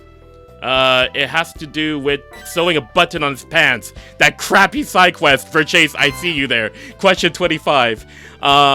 Which one of these does not belong on this list? Well, show me the list and I'll know. It's Target Zone. The others are arcade games by Namco. Question 26. Which game was not featured in Namco Museum Volume 3? That one will have to be Klonoa, because that's his own game. Question 27. Oh my gosh. Who stirred up hatred in Junkland? Well, I think that was Philia, because she had a bit of a dialogue with Stan during that time. Perfect. Question 28. What happened to Marion in Mikhail? Well, that would have been during the second act. Which pod was it? It's the lower pod. Okay. What? Jesus, game. Okay, question 29. Which game does not belong in the list? Well, let's just see what is on this list again. It has to be Air Combat. Okay, I was actually worried about that one. Final question for real this time. Question 30. What is the minigame played at Cherik? That's a good question. The game that is played is not, it's totally tag. Okay. Okay. That's all 30. That's all 30. We get an item, and we're a Namco teacher. Oh my gosh, it begins. How even? First try. I was scared, but we got it. We got it. Bye, I'm not Chelsea. sure I even got 10 of. I'm not sure I got even 10 of these right. It's been three months. I have notes. My notes helped, but your time, so I had to look for it really quickly, and they're always random every single time. Okay. Well. Oh my gosh, I don't even know what happened there. I don't even know, but you know what? That's only the beginner quiz. We'll be back here another time to take the other 2 quizzes. Don't worry, we'll be back. Alright. Are there even questions about Fantasia? No, because Fantasia was not localized. It was just Tales of Destiny 1 and a bunch of Namco games. I don't know what the Japanese version had, though. Let's see what we could find here. Student store. We'll definitely need to buy a lot of stuff here. We need to buy some weapons for Reid. Finally, let's get him a long sword. I'm sorry, Shiina. That was a lot of me just It was actually interesting because I saw the question was like, how does one even know? they really wanted like you to be a hardcore Namco fan to know that stuff. That's all. That's all It I'm was gonna like say. so specific. I think I would have even gotten some of them wrong, even if I had played Destiny right before this.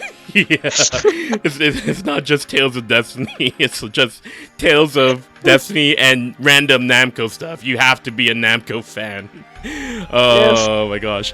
How am I supposed to know what pod Marion escaped in and make out in Tales of Destiny? The upper and the lower? Who remembers that? What? Why? Come on! Oh, this game is so fun for its own reasons. And here's the Wonder Chef. This is the first appearance of the Wonder Chef, by the way. The jingle from this game comes back in Tales of Vesperia and Tales of Fantasia Narikuri Dungeon Cross. So that's how they pay homage to the original Wonder Chef here. Oh, I'm still reeling over that stupid quiz. Okay, I need to buy some tomatoes. Buy all the tomatoes I need. What else is going on here? I need to equip some stuff here. Get some new equips, and I need to buy some armor because it's going to be a long time before I run into some armor again in this game. Where do I need to go? What are my notes telling me? Where is the store? Where is the store? Oh, this game. Certainly putting me on the loop, that's for sure. What do I need to do now? Okay. Oh, get out of my way! I need to get... Wait, I'm not even supposed to be here! No! Where's the other store? Oh, this... I would, like, honestly, this game really did increase a lot of interest for the fandom way back when. Because, like, Tales of Destiny came out first. Then this game came out afterwards. And this game... because it has an English dub, it was interesting because I hear some perspectives where people are like, I had to turn off the voices because not just English dub, I had to turn off the voices because I'm not used to hearing a dub with my game. So it's like you hear perspectives like that, right? Like it's weird to think of now, but back in the day, it used to be like a taboo thing. Like nowadays, it's like, oh, I can't jump in my Tales of game. Why am I jumping now? So different topic.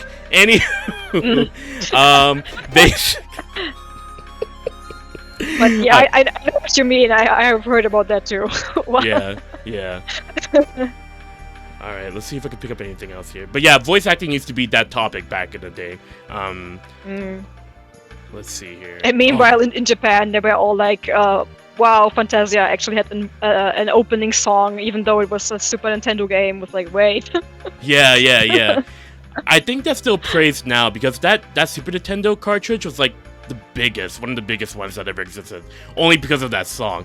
Where is this armor shop that I can't find? Oh jeez. Oh wait, I see. It's hidden behind this tree. No, it's not. No, it's not. No, it's not.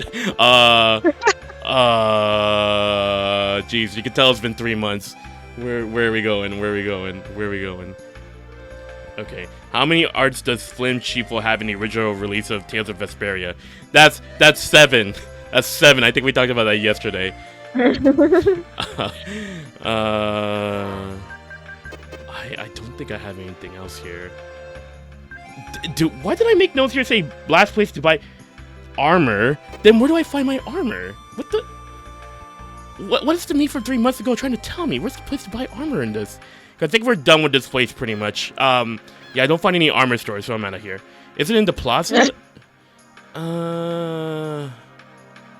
I thought it was, but I'm lost. Let's see. It's been too long. Yeah, I agree. Can you? What was that? Can you go down there? Because I'm not sure you went that way. Like this no, way. to the left. Yeah, that one. This would be the entrance, and this is the inn. Okay. Okay, I'm gonna do one final wraparound. If I don't find anything, then we're gonna head out. Because I want to make this stream nothing but meandering about Minch, even though the song is really good. This is the library. This is this area. I couldn't fit one more practice of this game before this, but because of how short it is, I could spend some time meandering around. What about the shifty character in the item shop near the entrance? Shifty character in the item shop near the entrance.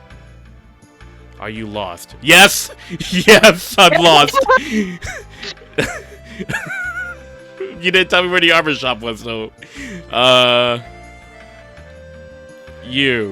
We sell... Okay. Do you not sell armor? Alright, whatever. Let's just go. We're done. Let's move on. Okay, it's time to move forward. Okay. What time are we at? Oh, okay. I think we're still okay for time. Okay, hey, who's gonna tell us where to go next? Mountain climbing is no easy task. Let's go prepared. I've tried to prepare as best as I could. Yes, some of these navigation skates are like hit or miss. So Let's do it. I think we got some good stuff now though, because now we could deal damage, but I don't know if we could take the damage because I couldn't find the armor shop here. Oops. I should have bought it at Regulus Dojo. I wish I ever find these notes even more, but it is what it is. Let's go. Actually, it looks like we're doing okay for attack output, but defense is gonna be an issue. That's for sure. Bomb strike, yeah. Let's go. All right. Oh, I get to change characters now. So I only played as Reid in my very first playthrough, so I thought, oh, let's try out Farah this year. And I absolutely love playing as Farah. She's amazing. She's basically... Have you ever played as Regal in Symphonia, Shiina? I did, but not that much. Okay. She's basically prototype to the Regal. And it's like, oh my gosh! When I picked Farah up, I just immediately felt like I was ready to go. I'm so happy to play as. I don't think I've seen this enemy before. Let's go beat it up and hope we don't die. Bomb strike, triple blossom. Because like the thing about Farah and Regal, they could link like arts together. Their chain can be like do a ground move, do an aerial move, then do an anti-air move, like air to ground. And it doesn't matter which arts they are or what level they are, you could link them all together, and it links so smoothly together in this game. Like, I really like how everything flows here. Oh, jeez! Oh, gosh! I forgot about the gimmick of this dungeon! Okay, so, this dungeon, Mount Minch, is a very short one, but the problem is that you have to... There's no encounters except for these enemies. What you have to do is, run past them really quick, so you don't run into an encounter when you touch them. And what you want to do is push the rock all the way here and block them off. So now there will be no more enemies wandering around them when you return to the screen. Rinse and repeat for the other one and you should be good. This game, I love it. I love it. There's so many things I love about how quirky this game is. Like, I don't have camera, I don't usually stream a camera, but like there's like I'm like grinning ear to ear as I play. Like this is like the one I was most excited for this entire stream. Oh, and we get to camp here. Good old camping. Which only restores HP in this game, it doesn't restore TP at all, so that's just a heads up. Yeah, it was difficult. Yeah. Alright, we got ourselves an apple gel. Sorry, I see a question about the giveaway. If, for instance, you have pin 4 but no pin 3, you don't get an entry for that part of the... The pins are the pins you collect. So, if you collect a different pin from the game, like, say, for example, you got 2 pins from Vesperia, and you get 1 pin from Eternia, that means you have 3 pins overall. So that, it doesn't matter where you... Oh my gosh, these encounters, as I do this explanation. They're doing a little thriller dance going on here, but what I'm trying to say... Oh. Let's do it. What I'm trying to say is that, like, if you collect pins, just count your own pins. Don't worry about, like, pin 5 or pin 6 from Vesperia, for example. Sorry if I got to that question a little bit too late there, 1797. I was still way too distracted by this game. Yeah, you're very welcome. I'm glad I was able to clarify that for you. Shiina, do you have the chat? Oh, I just saw you. Oh. Sorry, I thought you were on Be Right Back, but do you have the chat open out of curiosity? Because it's on the Twitch stream, if you see the link in the server. I don't. Like, I have this up on my phone and not my computer or anything. Okay. Sorry about that. So, on occasion, I will respond to the Twitch chatter, so unfortunately, you won't be able to see that. I'll repeat as best as I can though, because yeah, let's see if we get. Oh, now random encounters show up after this. All right, here we go. Rock Golem. Sonic Blade. So the thing about Farah, similarly to Reid, where Reid has to do slash and thrust to learn skills, Sonic Blade. Farah has to do the same thing with her punches and kicks.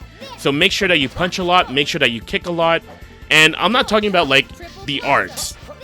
You have to use the basic attacks. If you don't use the basic attacks, then you will not level up your punch and kick. So you have to make sure you alternate between punching and kicking. Your arts will not count for that level grinding. And that was the dungeon. Let's go to Mount Minch. Everything's so close together. It looks like nobody is here. Hello?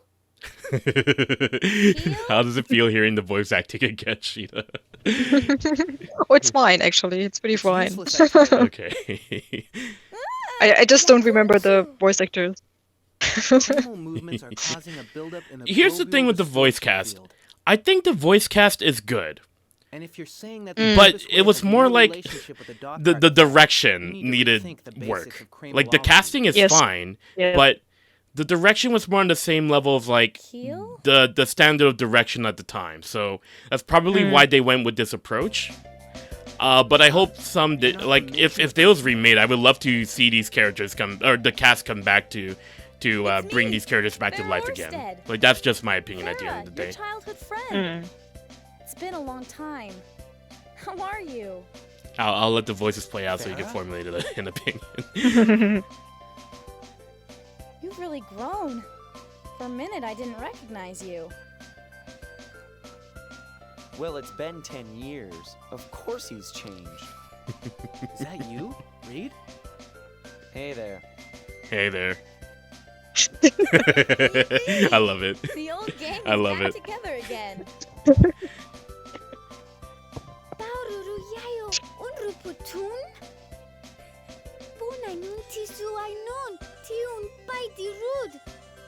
Very fluent in this language. Keep that in mind for later. Her name is Meredy.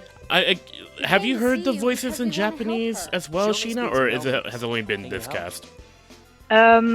I have, although I did not hear them in the game, but rather through like audio know. dramas or That's something. why we're Like here. I'm very familiar with the Japanese cast actually, but through all kind of other media and not the game. Okay. The only one I remember off the top of my head is Akira Ishida. Is he pretty big? I don't know too much about Japanese voice actors to comment. Yeah, he is. He is. He's really that big, huh? Like I know He is. Mamoru, or what's his name? Yeah. Yes. Like Flynn, he's also big, right? Would he say Yeah, like Flynn. Yeah, he's also Let's big. catch Yes. up to them. is he Like, on the I mean, same? Oh, sorry. I think for Eternia's cast, it's a bit of a different there's an age gap, right? So like Ishida Akira and Toshi Soichiro, who are Reid and Keel, are have been like all, I don't know how to say, the veterans of voice actors. Okay.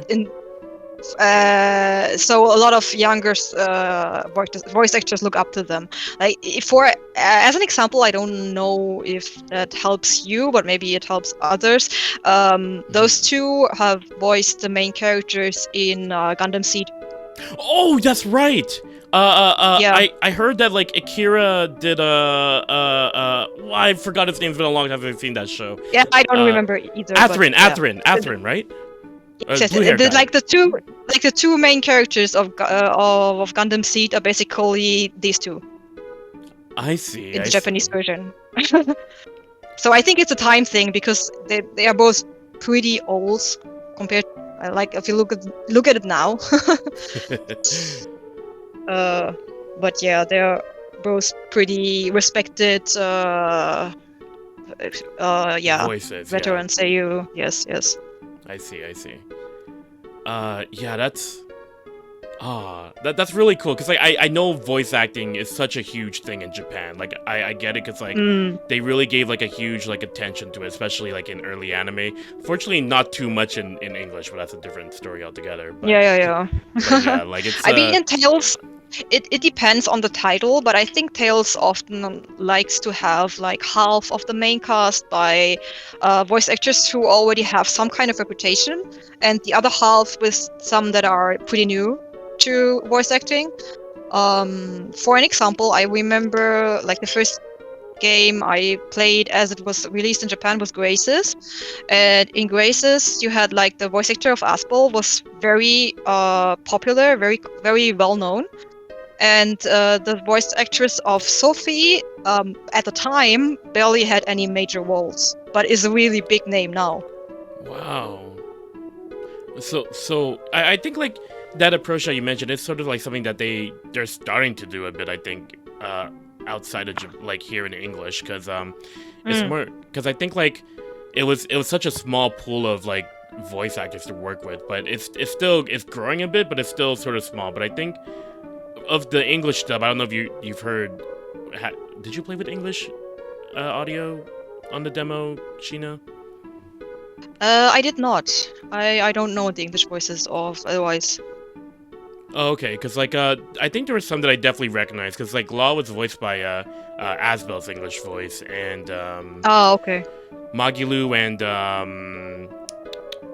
Alphin are voiced. No, Magilu. What am I saying? Shion and Alphin are voiced by Magilu and Arthur, respectively. Artorias from Berseria. Oh, okay. There's some that I recognize, but I don't think I recognize the other half of the cast. So it feels like they're kind of doing like the same thing that you mentioned as well.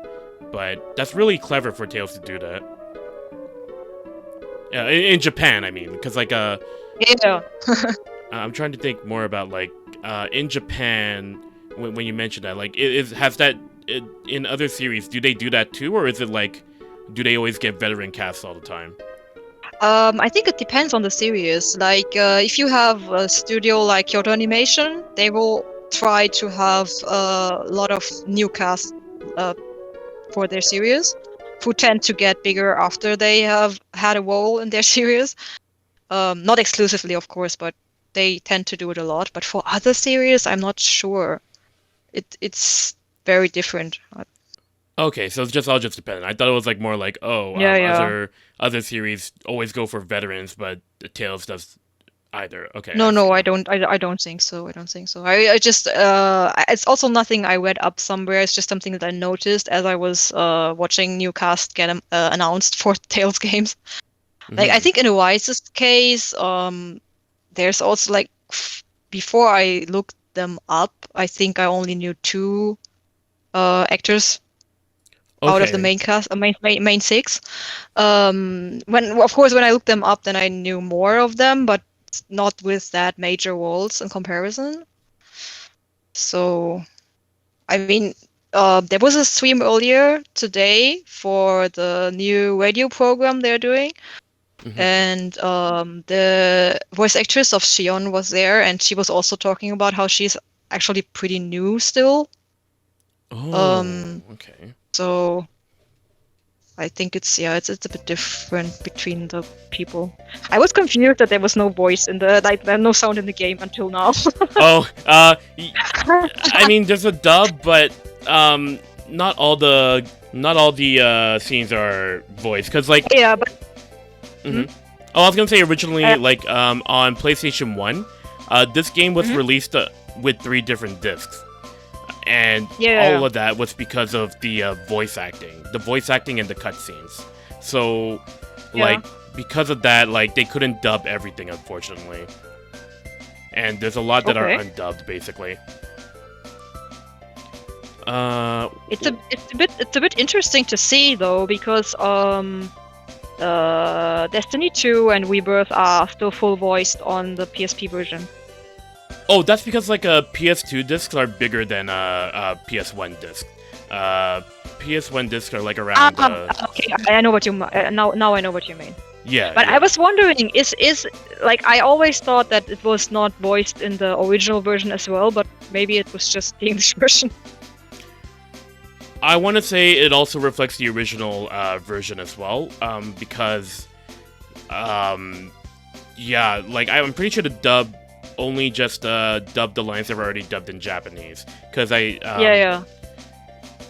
really paid out the budget to, as best as they could at the time, to get all the Japanese voiced English dubbed. Yeah, because that I haven't played it in Japanese, so I don't know. But I thought that back for Eternia, it just wasn't fully dubbed like later games were.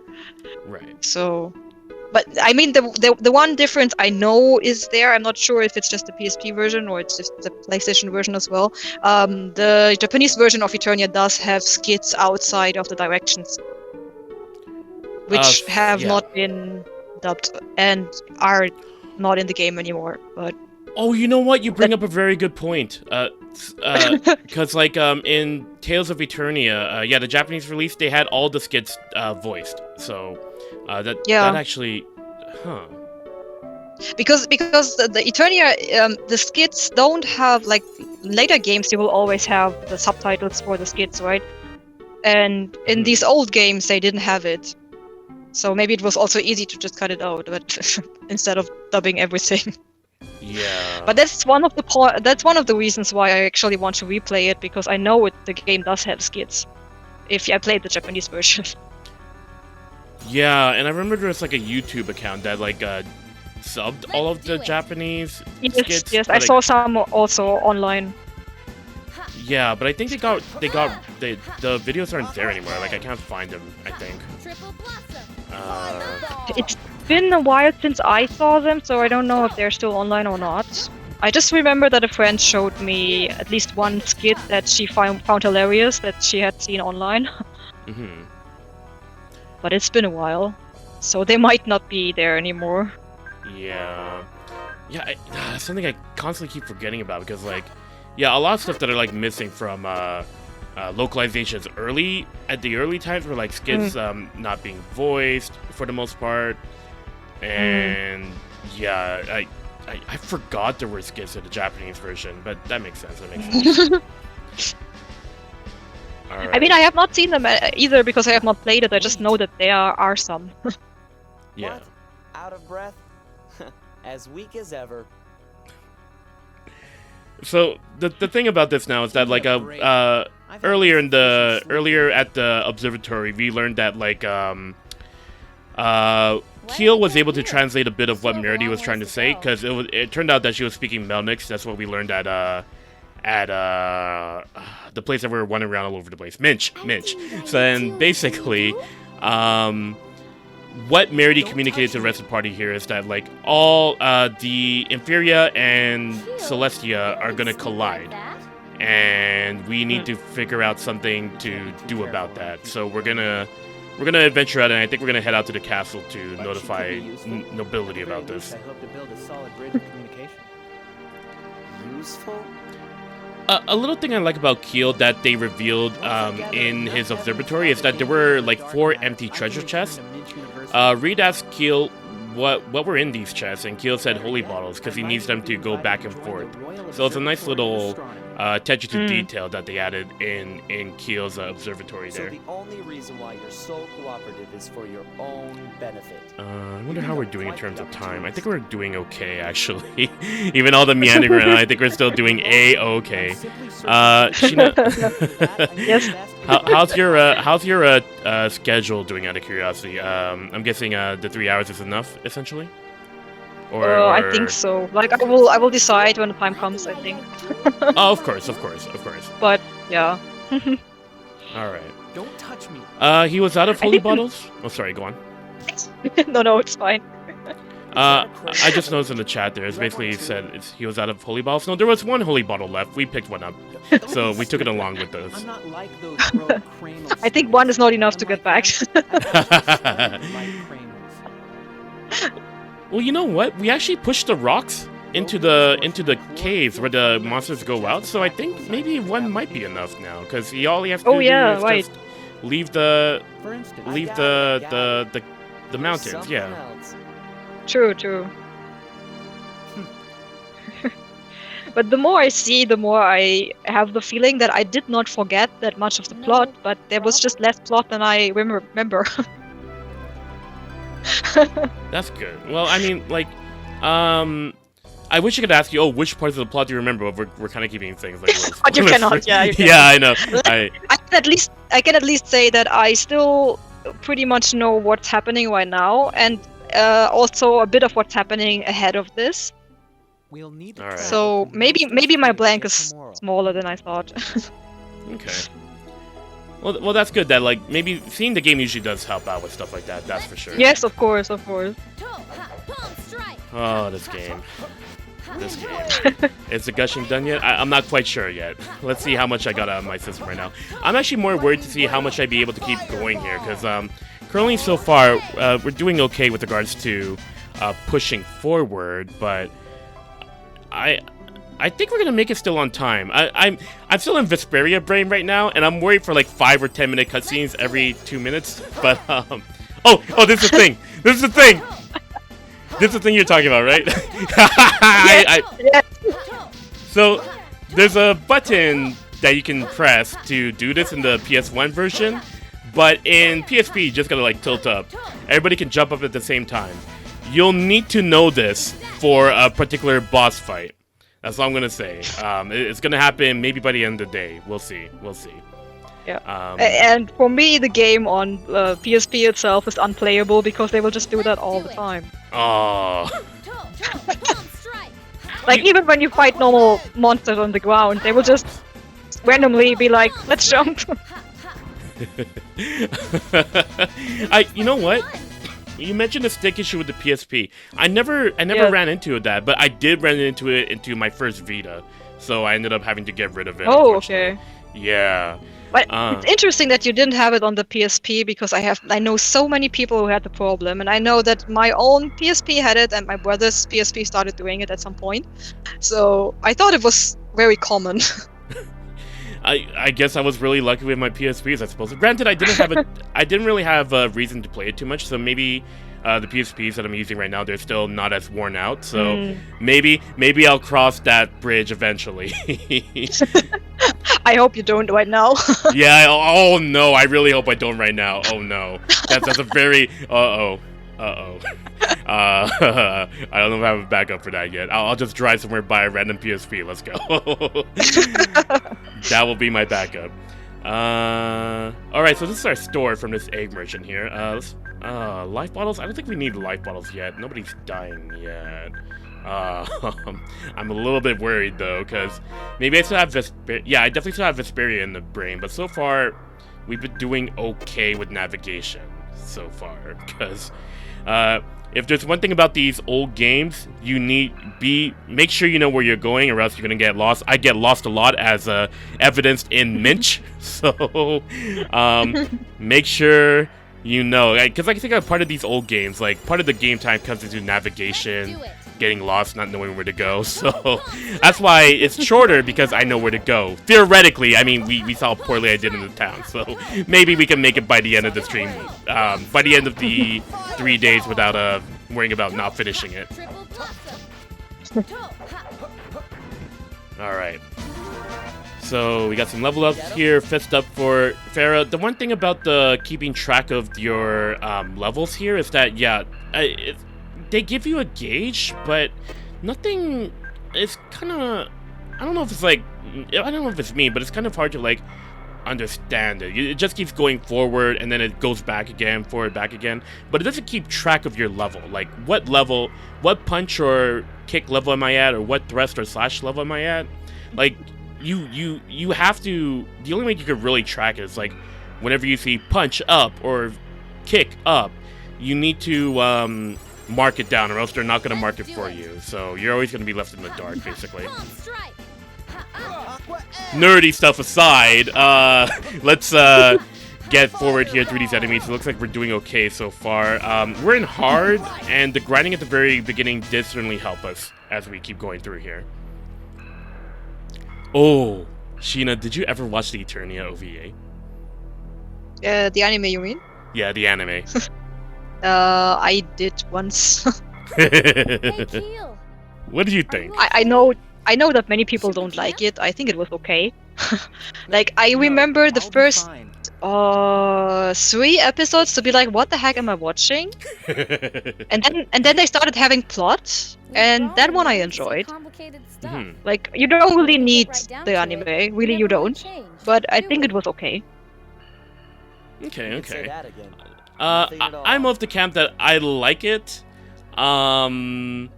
It's certainly a product of the animes of the time. So there are some things I was like, I'm a little bit weird about. But when I rewatched it with that perspective in mind, I was like, I'm not really the type to watch anime adaptations that are straight adaptations because I'd rather just play the I'll game fight personally. you. So when it came to an anime adaptation where it does something different, I'm like, I'll watch it.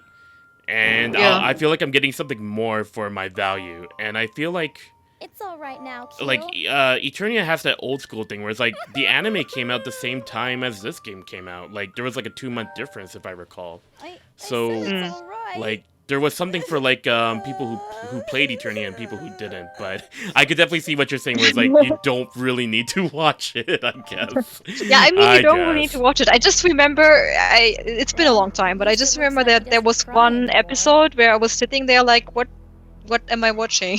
But it got better after that, and then I think near the end I got engaged with the characters that are only appearing in the anime. Yeah. Honestly, like when I think about it though, like when it comes to the anime, if this game ever had a remake, I would like them to bring some of the stuff that they introduced in that anime into this game to make it like a standard Tales length. Like, I feel like that could be possible. Yeah. Especially with the... sorry, go on. I mean, they don't really have to do a lot with them. It's like they can just have them Let's do it. appear at least in the game, because that's what they have been doing with Vesperia after the movie was released. Right. I want to go a little bit further though. I want them to like make the Megumi Hayashi. I don't know her name. Is it Megumi Hayashibara? Probably. Like, there's a Seiyu that has this name, but I don't know if she voiced in Eternia, so... She voiced the sword woman in the anime. Okay. Because like I want to see her character like be as a playable character in this game because I think they could make it work. Okay. I mean, of course they could make it work, because I mean the Eternia party is not that big. Yeah. So you could add some stuff and then it would be possible. Yeah, I definitely feel like it could be possible for sure. There's so many possibilities of a remake, but unfortunately I don't think that's in their radar right now, that's for sure. Now I remember one more voice actor who said that he's become I'm not sure he became a voice actor because of Eternia, but at least he said that he always dreamed of having a sequel of Eternia where he gets to voice the son of Reid. That sounds really familiar. Who was the voice actor? Kazuyuki. Sorry? Kazuyuki. Like, I don't know how much stuff you watched, but he voices like Eren in Attack on Titan. Okay. Which Tales character did he voice? Oh no, he didn't voice one yet. He He did, but he only had a minor role. Like, he got one of the siblings in Zestiria that you meet, like from the Merchant Guild. Oh, okay. Yeah, he voices the guy of this, but he has no major role yet. So yeah, there was one of his YouTube streams where he was talking to another Tales voice actor, and he said that he got a role in Tales, but he still hopes to get a bigger role, and his dream would be to voice the son of Reid. Yeah, an Eternia sequel? Yeah, I can see that happening. That'd be really cool.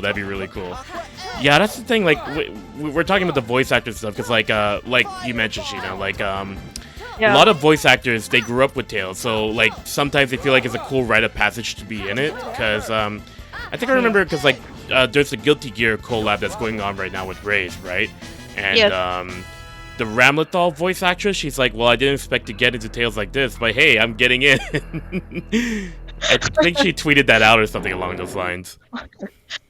I was also amused because one voice actor I mentioned earlier, he as far as I remember correctly, he had voiced one of the own characters you could create in Ready Mythology 3, which doesn't really count, I think.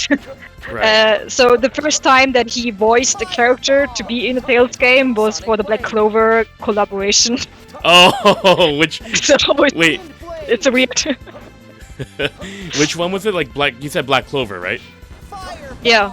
Oh, okay, okay. I don't remember the character names, but what was the name again? It was not the main character. It was his rival character. You know what? I missed that collab because, like, I don't know. I was kind of like taking a a break from Tales at the time. It's like, oh, I missed the race. Yeah. I missed that collab. But, yeah, I did hear a good I thing haven't about watched that one. the anime, so Yeah. I only saw it in the game because I haven't watched the show. But yeah, that was fun because I'm hoping for him to get a role in Tales for a long time now. And so the first time he gets to voice for a Tales game was like for a collaboration in a mobile game. Yeah, a lot of people really want to get into Tales, yeah. But you know what? You take what you can get sometimes, right? Like collabs could be the start of something new. Yeah, you of know? course. It could be that someone at the staff is like, oh, maybe that voice would be nice, and then maybe they reach out or something. Because Yeah. I mean, most roles in Tales or in Japan in general are decided by auditions. Like they have to actively search for them. Boys, But calm down. sometimes Does it matter either there way? will be people who are like, we want this voice actor for this role. Keel, don't even think I'm sharing So- this with you. Right. It's essentially dependent on like what the roles or whatnot. Like it's all about yeah. By the way, Reid here is showing off how he could be a hunter and how he prepares for food, and Keel completely rejects that because he's like, I don't need to eat an egg bear meat. It says in this article, in this encyclopedia. So, but they still eat the egg bear anyway, so... Oh yeah, that's our first time we actually see an egg bear, basically, in this... Well, maybe there was one in Destiny, but this is the more plot-relevant one, I want to say. Because that's the one bear that Reid was able to skin so that they could eat. I mean, I say plot relevant very loosely because, I mean, you take what you can get with these old games. So, yeah. Whoa, why is there blood? I don't wanna go there yet. Let's head back. You wanna know why? Because the tide is high and we're holding on because we're gonna be making the crossover and fight another battle on the water. Spectres. Whoa. Oh. Okay. Keel could care less. Good. Let's see here. Yeah, so this dungeon's gimmick is that, like, you had to get to that screen so the water would rise up. The water level will rise up. When the water level rises up, you go back to the previous screen to pick up treasures that you weren't able to access previously. So that's what we're doing right now. We're going to pick up some very good items here. Take whatever items you can get because this is an old game. Equipment is expensive. So when you run into this old stuff, and explore, you're going to be rewarded very well. So make sure to always explore and pick up the items that you can find. And if you don't have a use for it, sell it and make more cash because the economy isn't getting any better outside of inns at the very beginning for some reason. Let's do it. Economy. The economy. You know the game with the worst economy, right? You know which one it is? A little bit of a quiz, I suppose. I think I should know, but I don't remember, so enlighten me. It's Abyss. Abyss is the worst economy. Okay. The reason why is because like you got to do side quests to increase to make a better economy for the area that you're in. But the worst part is when like there's a war and the economy goes down. Like everything costs a lot. There's like 1,000 gold for one apple gel, for example. Let's do it. If you remember from that. It's interesting that it was related to them being at war. Like, I mean, as a player, it's inconvenient, but it makes so much sense. Yeah, yeah. There's a lot of conveyance right there based on the scenario that's going on. I don't remember them being that high, but well. Let's do it. Yeah, it was really rough. I think the thing, like, that's the one with the worst economy. Like, these old games, though, they got a really good economy for games, but they get worse as you keep going. Until you have to make your own. There's one small story I remember from, like, I think it was one of the special skits that they used to do for the first games. they would sometimes have these bonus discs where they had skits between the characters from different games, and in those, Ruti said that since the prices of stuff are different in Tales worlds, maybe we can just go to the world where it's cheap and then buy all this stuff, and go to the world where it's expensive so we can make a lot of money. That's totally a Rudy thing to do too. Like that's on brand. Oh, those crossover skits. Did you go to a Tales of Festival out of curiosity firsthand? I did, finally, in 2017. 17 and 18, I think. The 2 times. Okay. Which, out of the ones that you went to... Oh, there I go. I was not paying attention to my HP. Also, because we got a bit of an untraditional party right now in terms of capabilities, our martial artist here is also our healer. So I often forget that sometimes, because... currently, Keel and Merity don't have healing options at the moment. Early game, at the very least. It gets better when they can. Yes. It's something I completely forgot at this point in the game. Rapier. Yeah, let's give that to you, Reid. Oh, also another stat to be mindful of is accuracy. Very mindful of this in Eternia, because if you don't have high accuracy, then some hits will not register. They will not do any damage at all. So that is very reflective. See, Reid right here, he has a weapon that does less damage, but it's more accurate to hit. So make sure, be mindful of your accuracy when you're swapping between weapons, essentially. Let's see here. So when you mentioned Tales Festival 2017-2018, the reason why I bring it up is what skits do you recall from both of those events? The most silliest ones you heard, because they can get pretty silly from what I heard. To be honest, I mean, I have watched all other Tales of Festivals via Blu-ray, so I have 10... No, wait, how many were there? 14 events or something in my head, so sometimes I mix stuff up.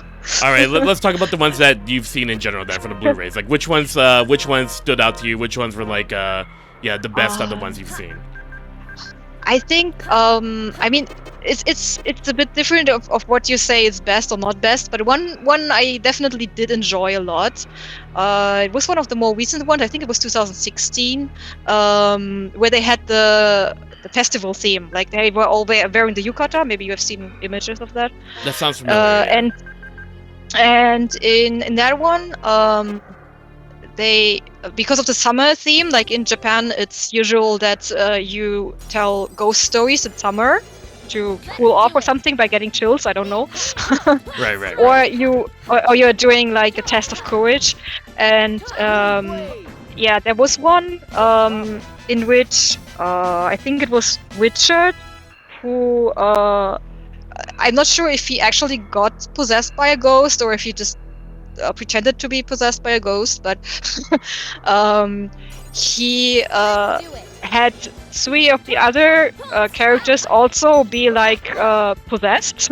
Okay. And then they would disappear, and the others were looking for them. And then on the stage they had a grave and oh dear. a well. Oh dear. And then they were looking for them, right? And then they were shouting, and then the others, the other voice actors of the characters, I think it was Zelos, Raven, and Zavade,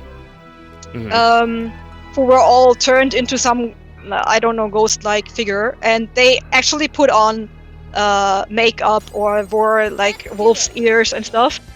Okay. And then while they were looking for them, they appeared back from there and were giving an echo for the well or something, and then they appeared and went on zombie mode or whatever. And I think the Shirley was coming, and when she saw them, she just fell down, fainted. Right. And then her voice actress, because of course she still has to know where we are in the script, so she was laying on the ground, and just held up her script, looking at it. Right. To not lose where they are. And I mean, it's a lot funnier if you actually see it, of course. But yeah, in the end, they actually were possessed by ghosts. So Edna was like, but there are ghosts. Like she and Zaved could see them being like seraphim and all. They could see the ghosts, and the others could not. So they were like, yeah, we managed to have them go. They just wanted to have fun with us too. Oh, okay. So yeah. The thing about those skits is that like I feel like that's very much a live appearance because like you said like voice actors it's are not very as much a fun big if you thing. don't. Yes, I mean it's even special. Like if you are a bit familiar with how they do events in Japan, then you will notice that the Tales of Festival skits are a lot more like they are involving both the people and are acting out more. Like there was one time where they had an sports tournament. And they would start like running on the spot or running around the arena because they always had like sub stages and stuff. Right. And they will be doing all kinds of stuff, not just reading the script. Unlike most other events where they will just all be standing in front of a microphone and then reading a skit like it was just normal reading out loud. So for Tales of Festival, at first they were like this. Like on the very first one, they were just reading. Right. And then later on, they started doing more. And at some point, they got headsets because they could just not. They did not have the time to hold a microphone as well. Yeah.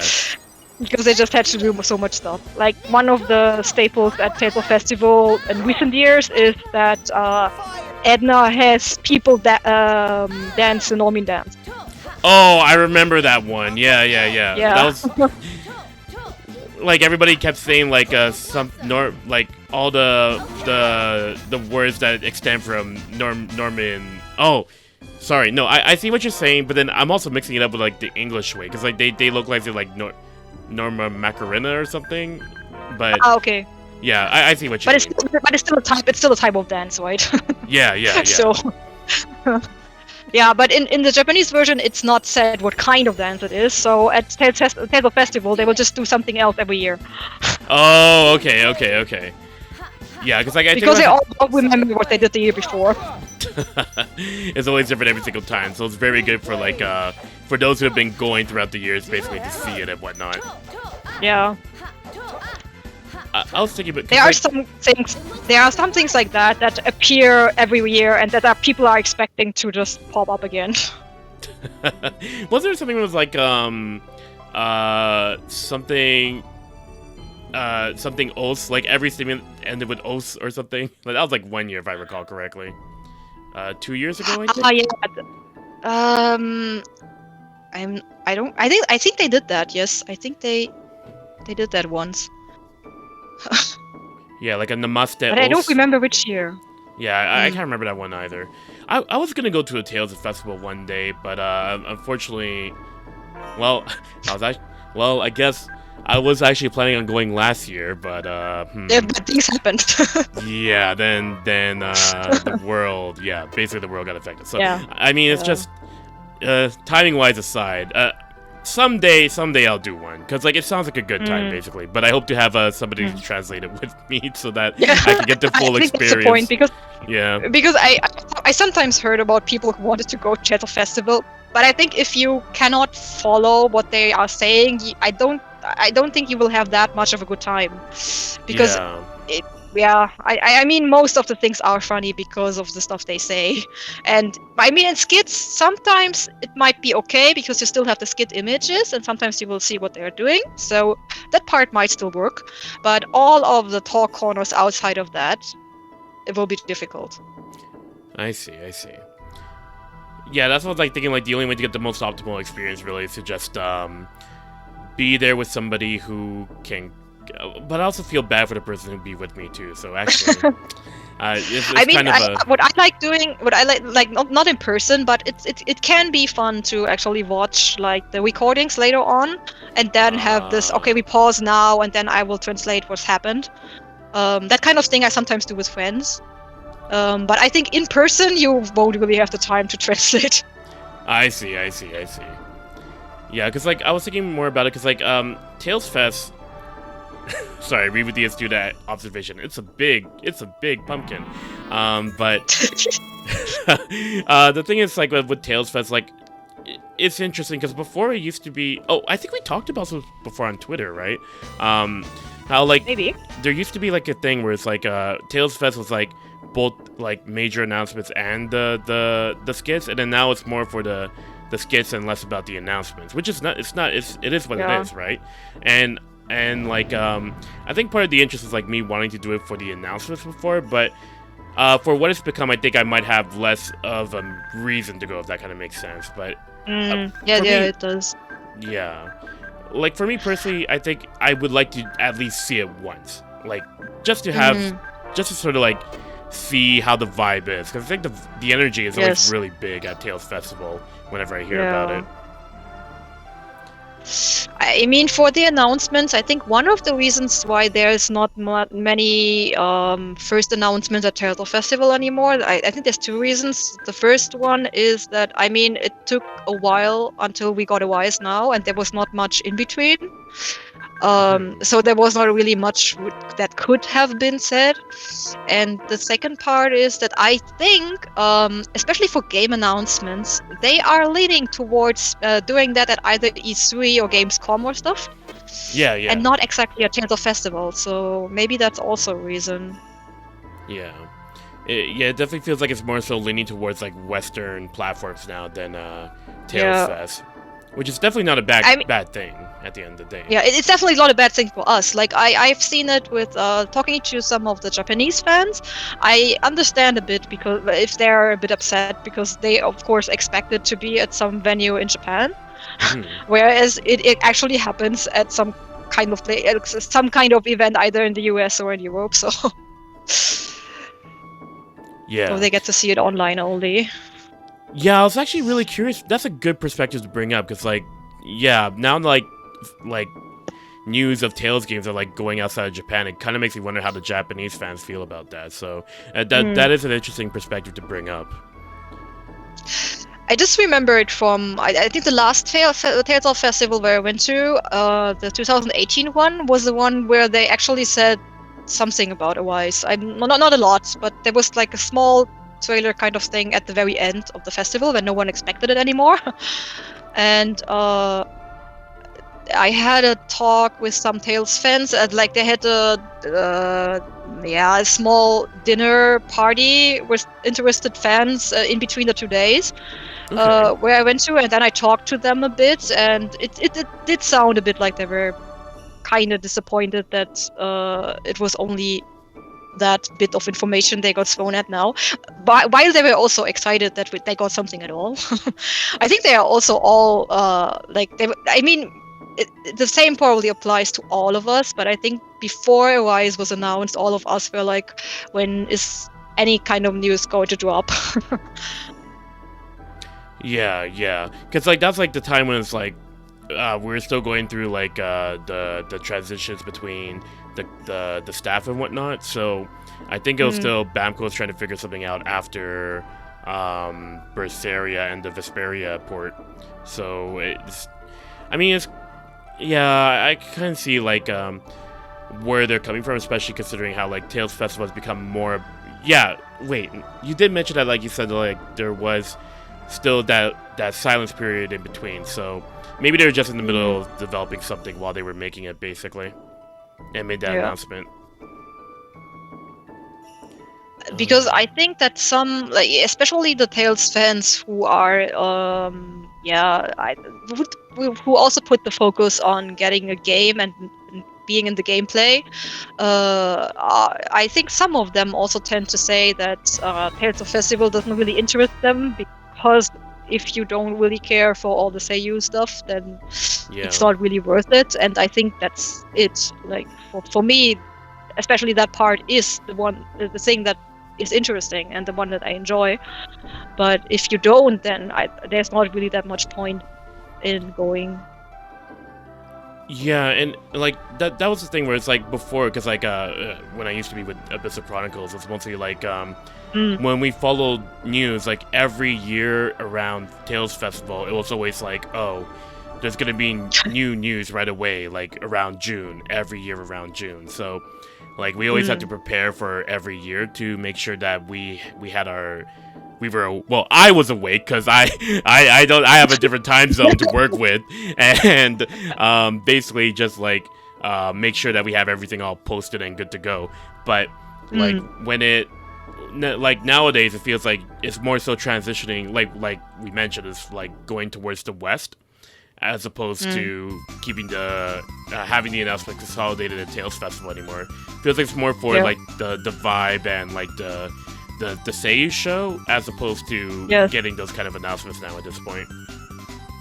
Which is not a bad thing, to be honest, but we for those who want like the news, like you mentioned, you have to look somewhere else. You have to know if it's the right thing for you to go or not. Like, I mean, for the vibe thing, I also enjoyed that a lot. I realized that getting up at the very early morning to queue for goods is a good way to get hyped up for the show later, even if you are tired because you didn't get enough sleep. Because I remember that one day we after we had queued for the goods, we went to bed way too late and we slept in, and like it starts in the afternoon, but it was still a different feeling. It was like I was kind of missing something because we were not up in line and already all in between the fans who all have their goods with them on their bags. There was something missing, and I don't know. But you have to you need to have the will to do it because it does feel a bit ridiculous, like queuing at 5 a.m. to just get some collaboration food or something. Sorry, I got distracted by the Wonder Chef hiding as a treasure chest. That's like the worst disguise I've seen for the Wonder Chef. It's like you will get the chest either way. Yeah, we're getting something out of that treasure chest. Wait, all right. I see it. So right now, to bring people up to speed with regards to the plot that's going on right here, we went past the cave. We saw the Egg Bear family that and the dead merchant, that other merchant that we saw from the start of that cave was accompanied by, and we're climbing up here. We're in this city of like it's like a huge tree city called Moral to meet with the professor that Keel recommended we meet. So we met the professor. He gave us this earring that you see in the character designs. Actually, it's a nice touch. Reid, Farah, and Keel have this earring known as the Oars earring, which I don't think you can see it right now in their status art, but other art you can see it on them. And basically, they have it on with Merity so that they could understand her, but currently right now they can't understand her at this time. So what happened is that Merity ran away suddenly, and we have no idea why, and we're going to try to hunt for her, basically. So that's just bringing everybody up to speed to what's happening right now. Let's see here. I got a longsword. We're going to pick up some fruit here, so that way we could start preparing fruit juice more, because with our fruit juice, it's going to be really useful because it restores allied TP. But we also want to get our garden salad, which restores more. But while I was at Minch, I made sure to buy a lot of tomatoes, because you can't find tomatoes anywhere else for a while. So make sure you buy a bunch of tomatoes before you leave that place. And yeah, because if you lose your garden salad, you won't be able to prepare garden salad for a long time. And this is where we're up to speed with the game currently at this moment. Let's see if we can find Merity. She's actually all the way down here. You know what? I actually haven't saved for a while. Do you remember how the saving works with this game, out of curiosity, Shiina? The saving? Yeah. But you were to save. No, wait. No, wait. It was different. I think you could just save, and then you would get back to those points. I'm not sure. No, you got it right. You got it right. Like, Tales of Eternia, how it handles saving is that, like, you could save any time, but it will restore you to where you saw one of those crystals. So it's a bit less of a traditional save, but it wasn't until they brought it back to normal in Destiny 2, but they tried to do something a little bit different here that didn't stick. Essentially. It's actually a bit similar now, in a way. Oh, that's right. I didn't fully, to be honest, I didn't fully explore the demo because I wanted to keep myself as spoiler-free as possible. But that's really cool that like they essentially brought that back in Arise. Okay. Let's see. I didn't even see how much it was inside the demo version, because I don't think I died in the demo version before. Oh, okay. But yeah, it's similar to say the least. Okay. I accidentally died a bit because like I was having a good time in normal and I was like it's a little bit too easy, so I put it on moderate. No, actually no, I think I put it on hard or moderate, one of those two. But the first fight I did after changing the difficulty was it was hard. The first difficulty enemy that I ran into after changing the difficulty was the boss. So I was like, uh-oh. So I died. Even though I tried my best. I died, unfortunately. The difference between normal enemies and the boss is already pretty big.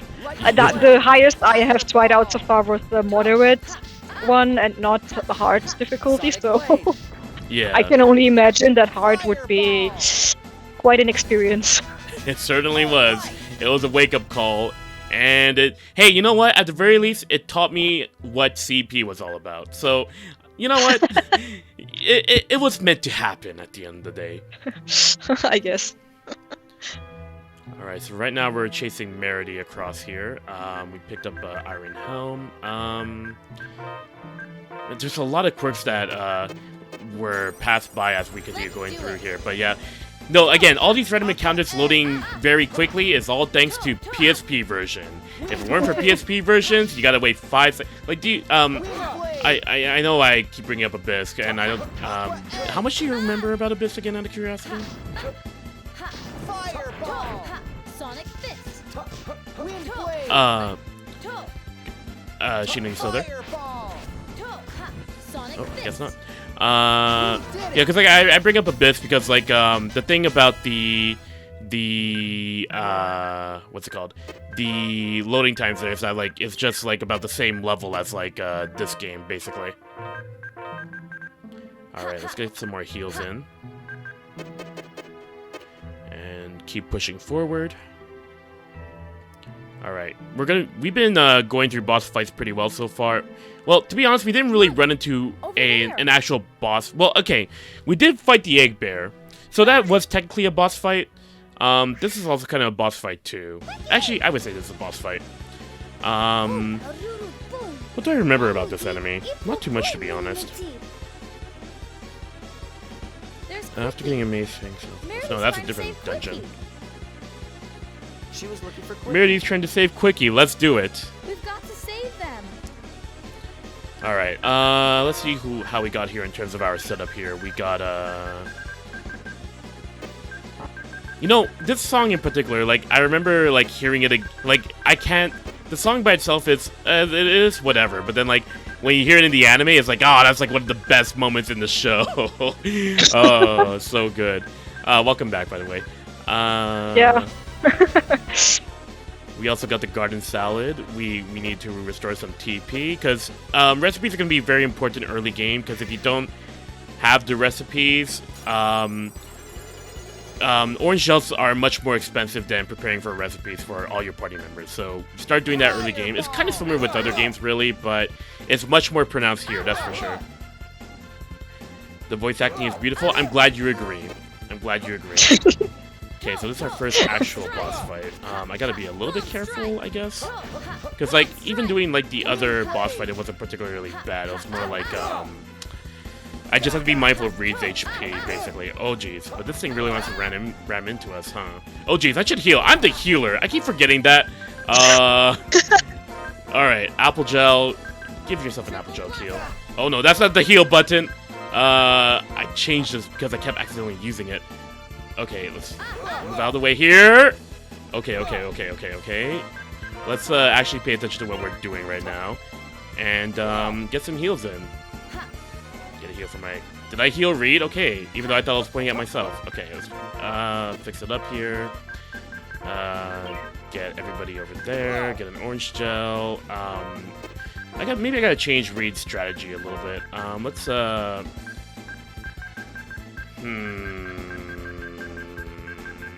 see anything particularly.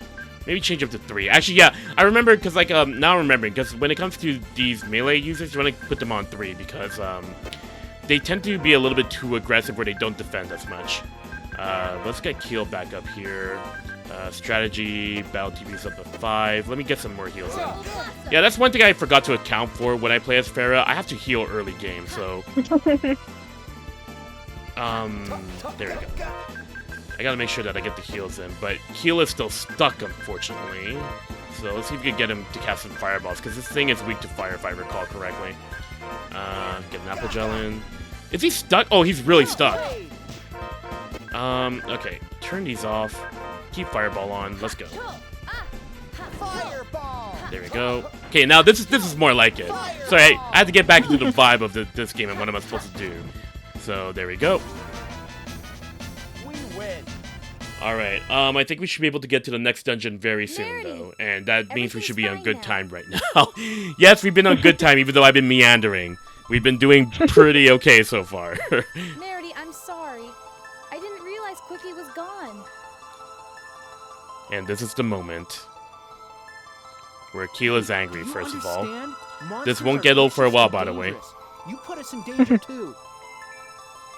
As a part of the group, you don't go off alone like that. Got it? I think this song that's playing right now is Meredy's theme, I want to say. Because, is it Meredy? I think there's some character themes in this game, but not particularly... There's not too many of them, basically. But this is when the series starts to have some character themes. You saved Meredy and Quickie. Thank you. And it's also the first time that we hear or understand Meredy all thanks to the Oars earrings. You bet. Reid? And our main hero here, Reid, not particularly picking up on it. Wearing them? Yeah. Come on, Reid. Let's think about this. Ready. Hey, stop that. That tickles. Same We'll give him as some time to Meredy. figure it out. Well, yeah. We put these on so that we can communicate. Anytime, buddy. Reid? Not a very sharp guy. Huh? Oh, Reid. Alright. 1 + 1 is I'm 2. talking to Meredy? There you go. You got it. You got it. Yes. Oh, Reid. It's Meredy. I really like Reid as a character in this game. Ow, ow, ow! These points really endear me to him, basically, because, like, he's not really a traditional protagonist in a sense. Particularly because I like the way that he grows once he knows what's happening in the world.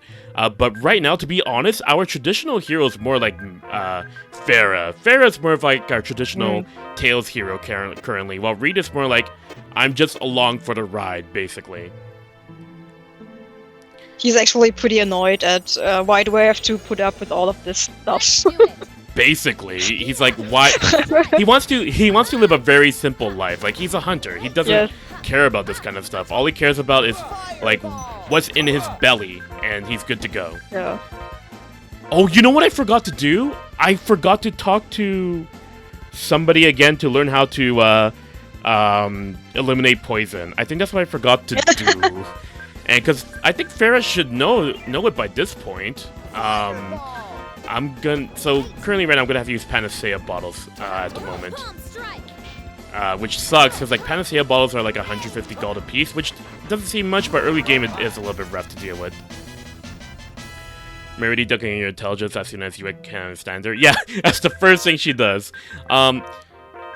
For those who are curious about Merity Says and Melnix, I do recommend sticking by for the breaks, because I did do a little bit of research that I want to share with everybody as best as I can. So during break periods, definitely stick to watching if you want to know what Merity says.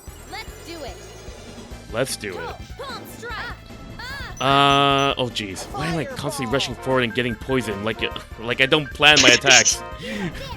I'm still getting used to. I still think I'm like Super Farah, but Super Farah don't have her abilities quite yet.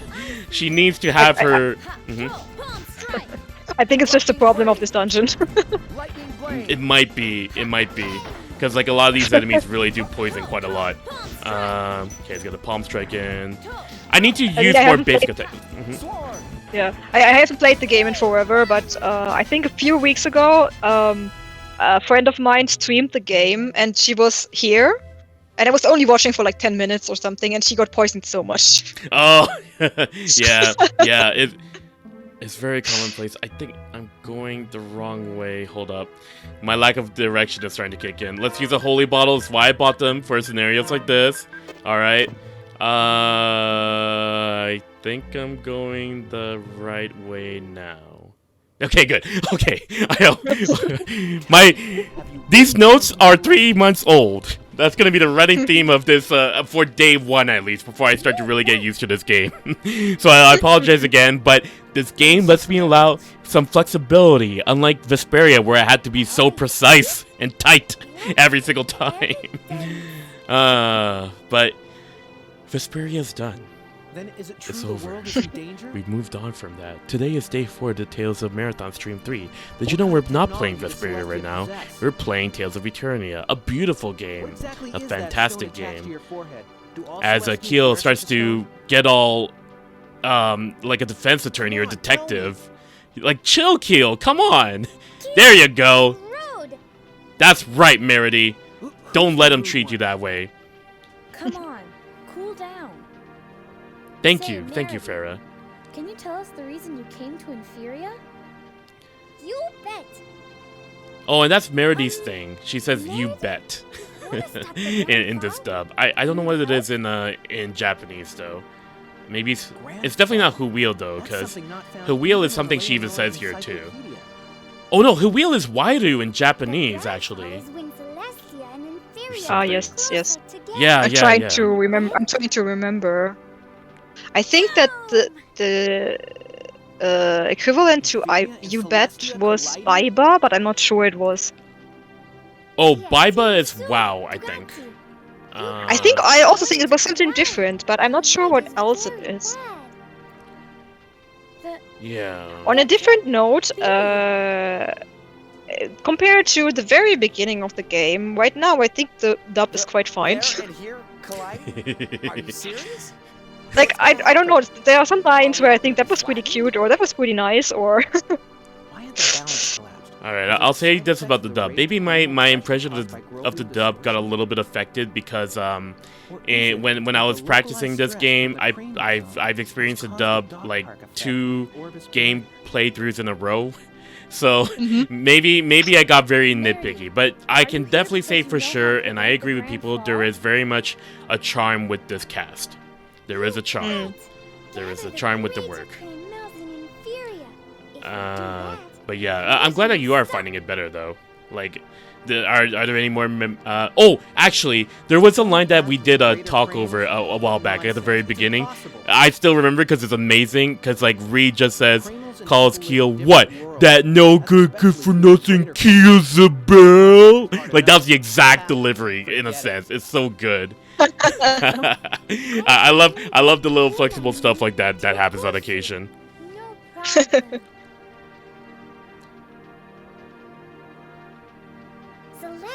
So here, Merity is telling us about what we need to do to prevent the Grand Fall, and she came here with a special device here known as the the Cramal Cage, and we need to find the Greater Cramos of Inferia. Your Greater Cramos are basically your summon spirits of this game, and Merity talks about her special kind of Cremocation known as the Parasol. It's that little thing that she spins around with in the opening. Use this. Even my Cremel cave will work? You bet. Greater Cremel can enter. Speaking of the Greater Cremos, do you recall the designs of the other Greater words, Cremos of this We game, can Shiina? save the world. You I think bet. so. What- I may be mixing them up in my head, but I think I remember what Yeah, Eternias no look problem. like. Okay, which ones would you say Can are they bring them back to reality?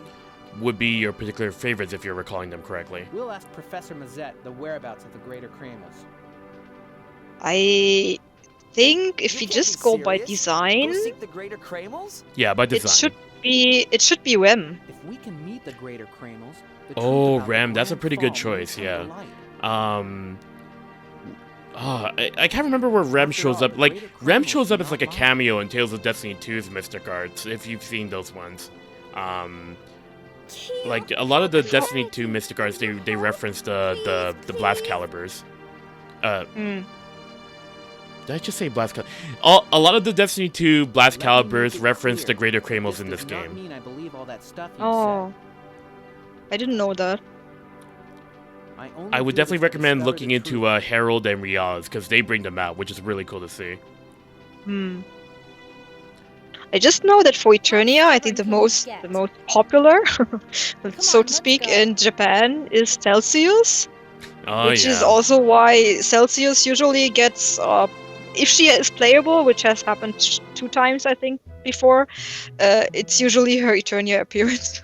Yeah, that is true. I personally don't get it because I find other versions of Celsius much prettier, but maybe it's a character question. Maybe it's because of her boss fight, because I remember the boss fight in this being really rough. Like, I made it before as a challenge for the panel I held a while back. Mhm. I don't think nobody did it though, but yeah. She was like the first playable spirit because of Radiant Mythology 2, if I recall correctly. I'm wondering, was it 2 or was it 3? I think it was it 2? I want to But say anyway, in Radiant Mythology, I mean, anyway, in Radiant Mythology, she was playable, yes. 2. And I think after that, they also had her head into Raze. But yeah, I mean, Raze is a different case anyway. Raze does everything, so. Yeah, Raze does everything. I mean, I'm still not over how they made jokes about this being playable and then they just did it. Or how they casually had this like GIF thing going on where you had to just pause, and if you pause at the right moment, it said if you reach this amount of retweets, then we will make Phoenix playable. Okay. And they did. And they did. And The they best did. part is that they did. And they did. I mean, at this point, nothing surprises me anymore. Nothing. I can't wait for the Bush Baby from Fantasia to be playable. Honestly, Raze, I've said this like, so. Oh, this is where you learn to detoxify after we fight the enemies that poison you. Oh, thank you. Thank you. I appreciate because it.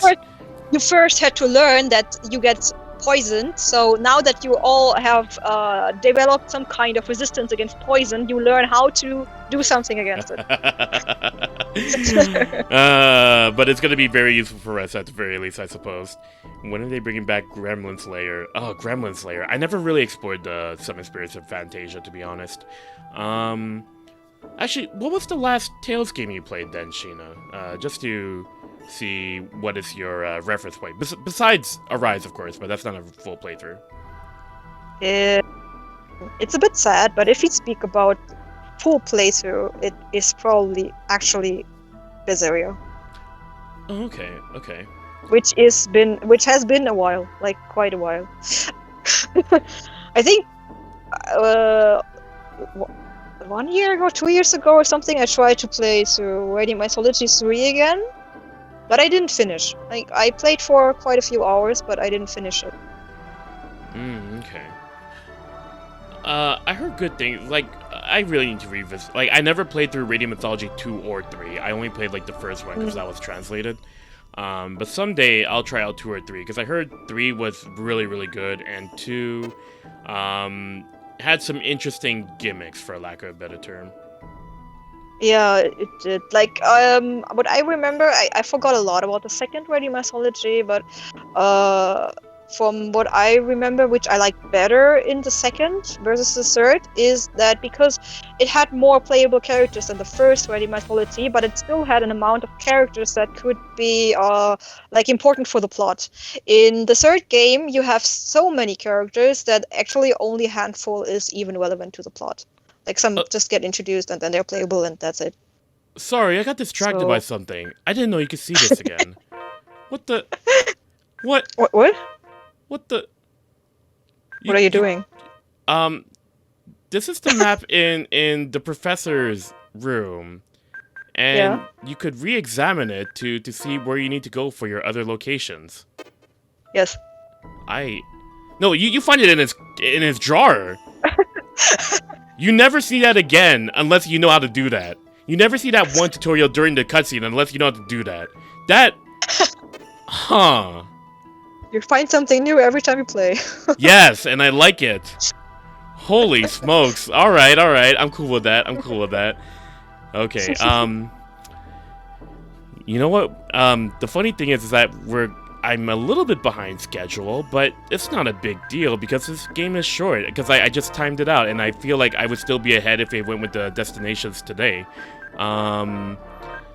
Let's see. I think I got about 7 minutes left. I don't think I can finish the next dungeon in 7 minutes. But is there anything else that you want to close off with, Shiina, out of curiosity? Like in terms of like anything you want to advertise or anything you want to like share, something like that. Not in particular, no. Okay. I mean, at the end of the day, I'm just a normal fan anyway, so I just enjoy my Tales games by myself. That's fair. I mean, like, you also do, like, a lot of cosplay, like, I think the viewers have been, like, seeing the stream, and they see your picture of, your cosplay of, why is her name escaping my... Melina! And, what was the most recent cosplay you did, out of curiosity? It's a bit sad because the last full costume I made, it was Tails, but it's been a while, was Canada from Castoria. Oh, which okay. I finished like a year before the game was out, just because I heard that... Oh wait. Where is Undine? Yes. A year before the game was out, because I heard that the voice actress of Misera would be at a con in Germany again. And I was like, oh, that's a nice excuse to actually finish this. Oh, okay. Not that she really noticed it, because there was just no time for that, but yeah, that's how I finished it, and that was the last costume I finished. Nice. And where You can would they think find... in the pandemic, you would think that in the pandemic everyone had time to make costumes, but in the end, if we don't really have any reason to do so, we just won't. I guess that's more of a cosplayer thing in general. I can't comment too much on that, unfortunately, but I'll take your word for it. Know. I'll take your word for it. And where can they find your work and whatnot then? The thing is that at some point there is not a single website anymore where I like collect all the things. So if we go up to only like 2014 or 15, then there's a German page where I have most stuff up. In recent years, if I do take pictures, then they will be on Twitter, but I think there is not a lot of tales on it. Like if people went to my profile, I still have my Mao from Tales of Rebirth cosplay pinned, but otherwise I don't really have that much online actually. Alright, so just follow Shiina on Twitter, as you can see right now on screen. If you want to see the work that she's done recently and in the past and whatnot. That'd be the best way to view it then. Well, that holy bottle went by so quick. Holy smokes. Let's camp real quick instead.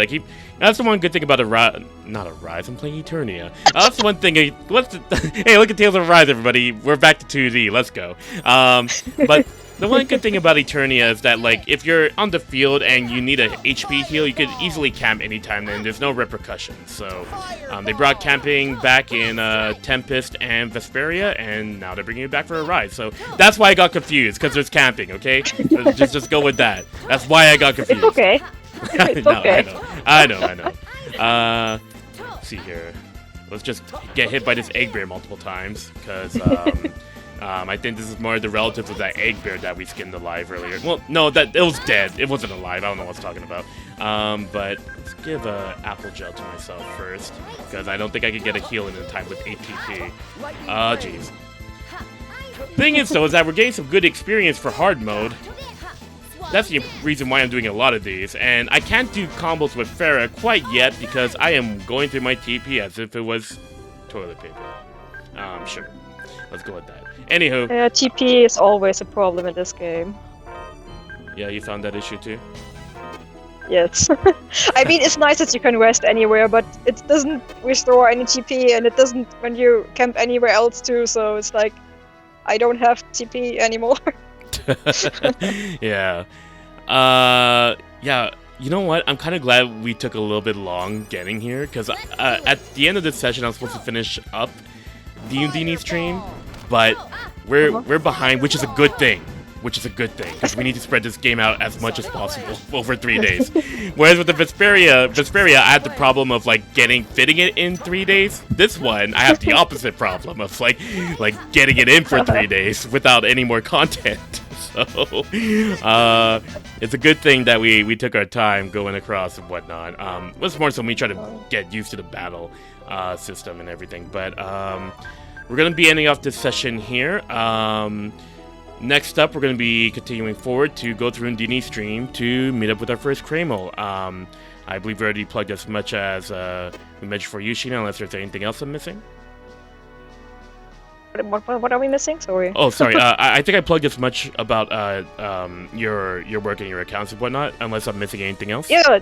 No, it's fine. It's totally fine. I would actually say the opposite. It's like, please be careful if you want to follow me on Twitter, because...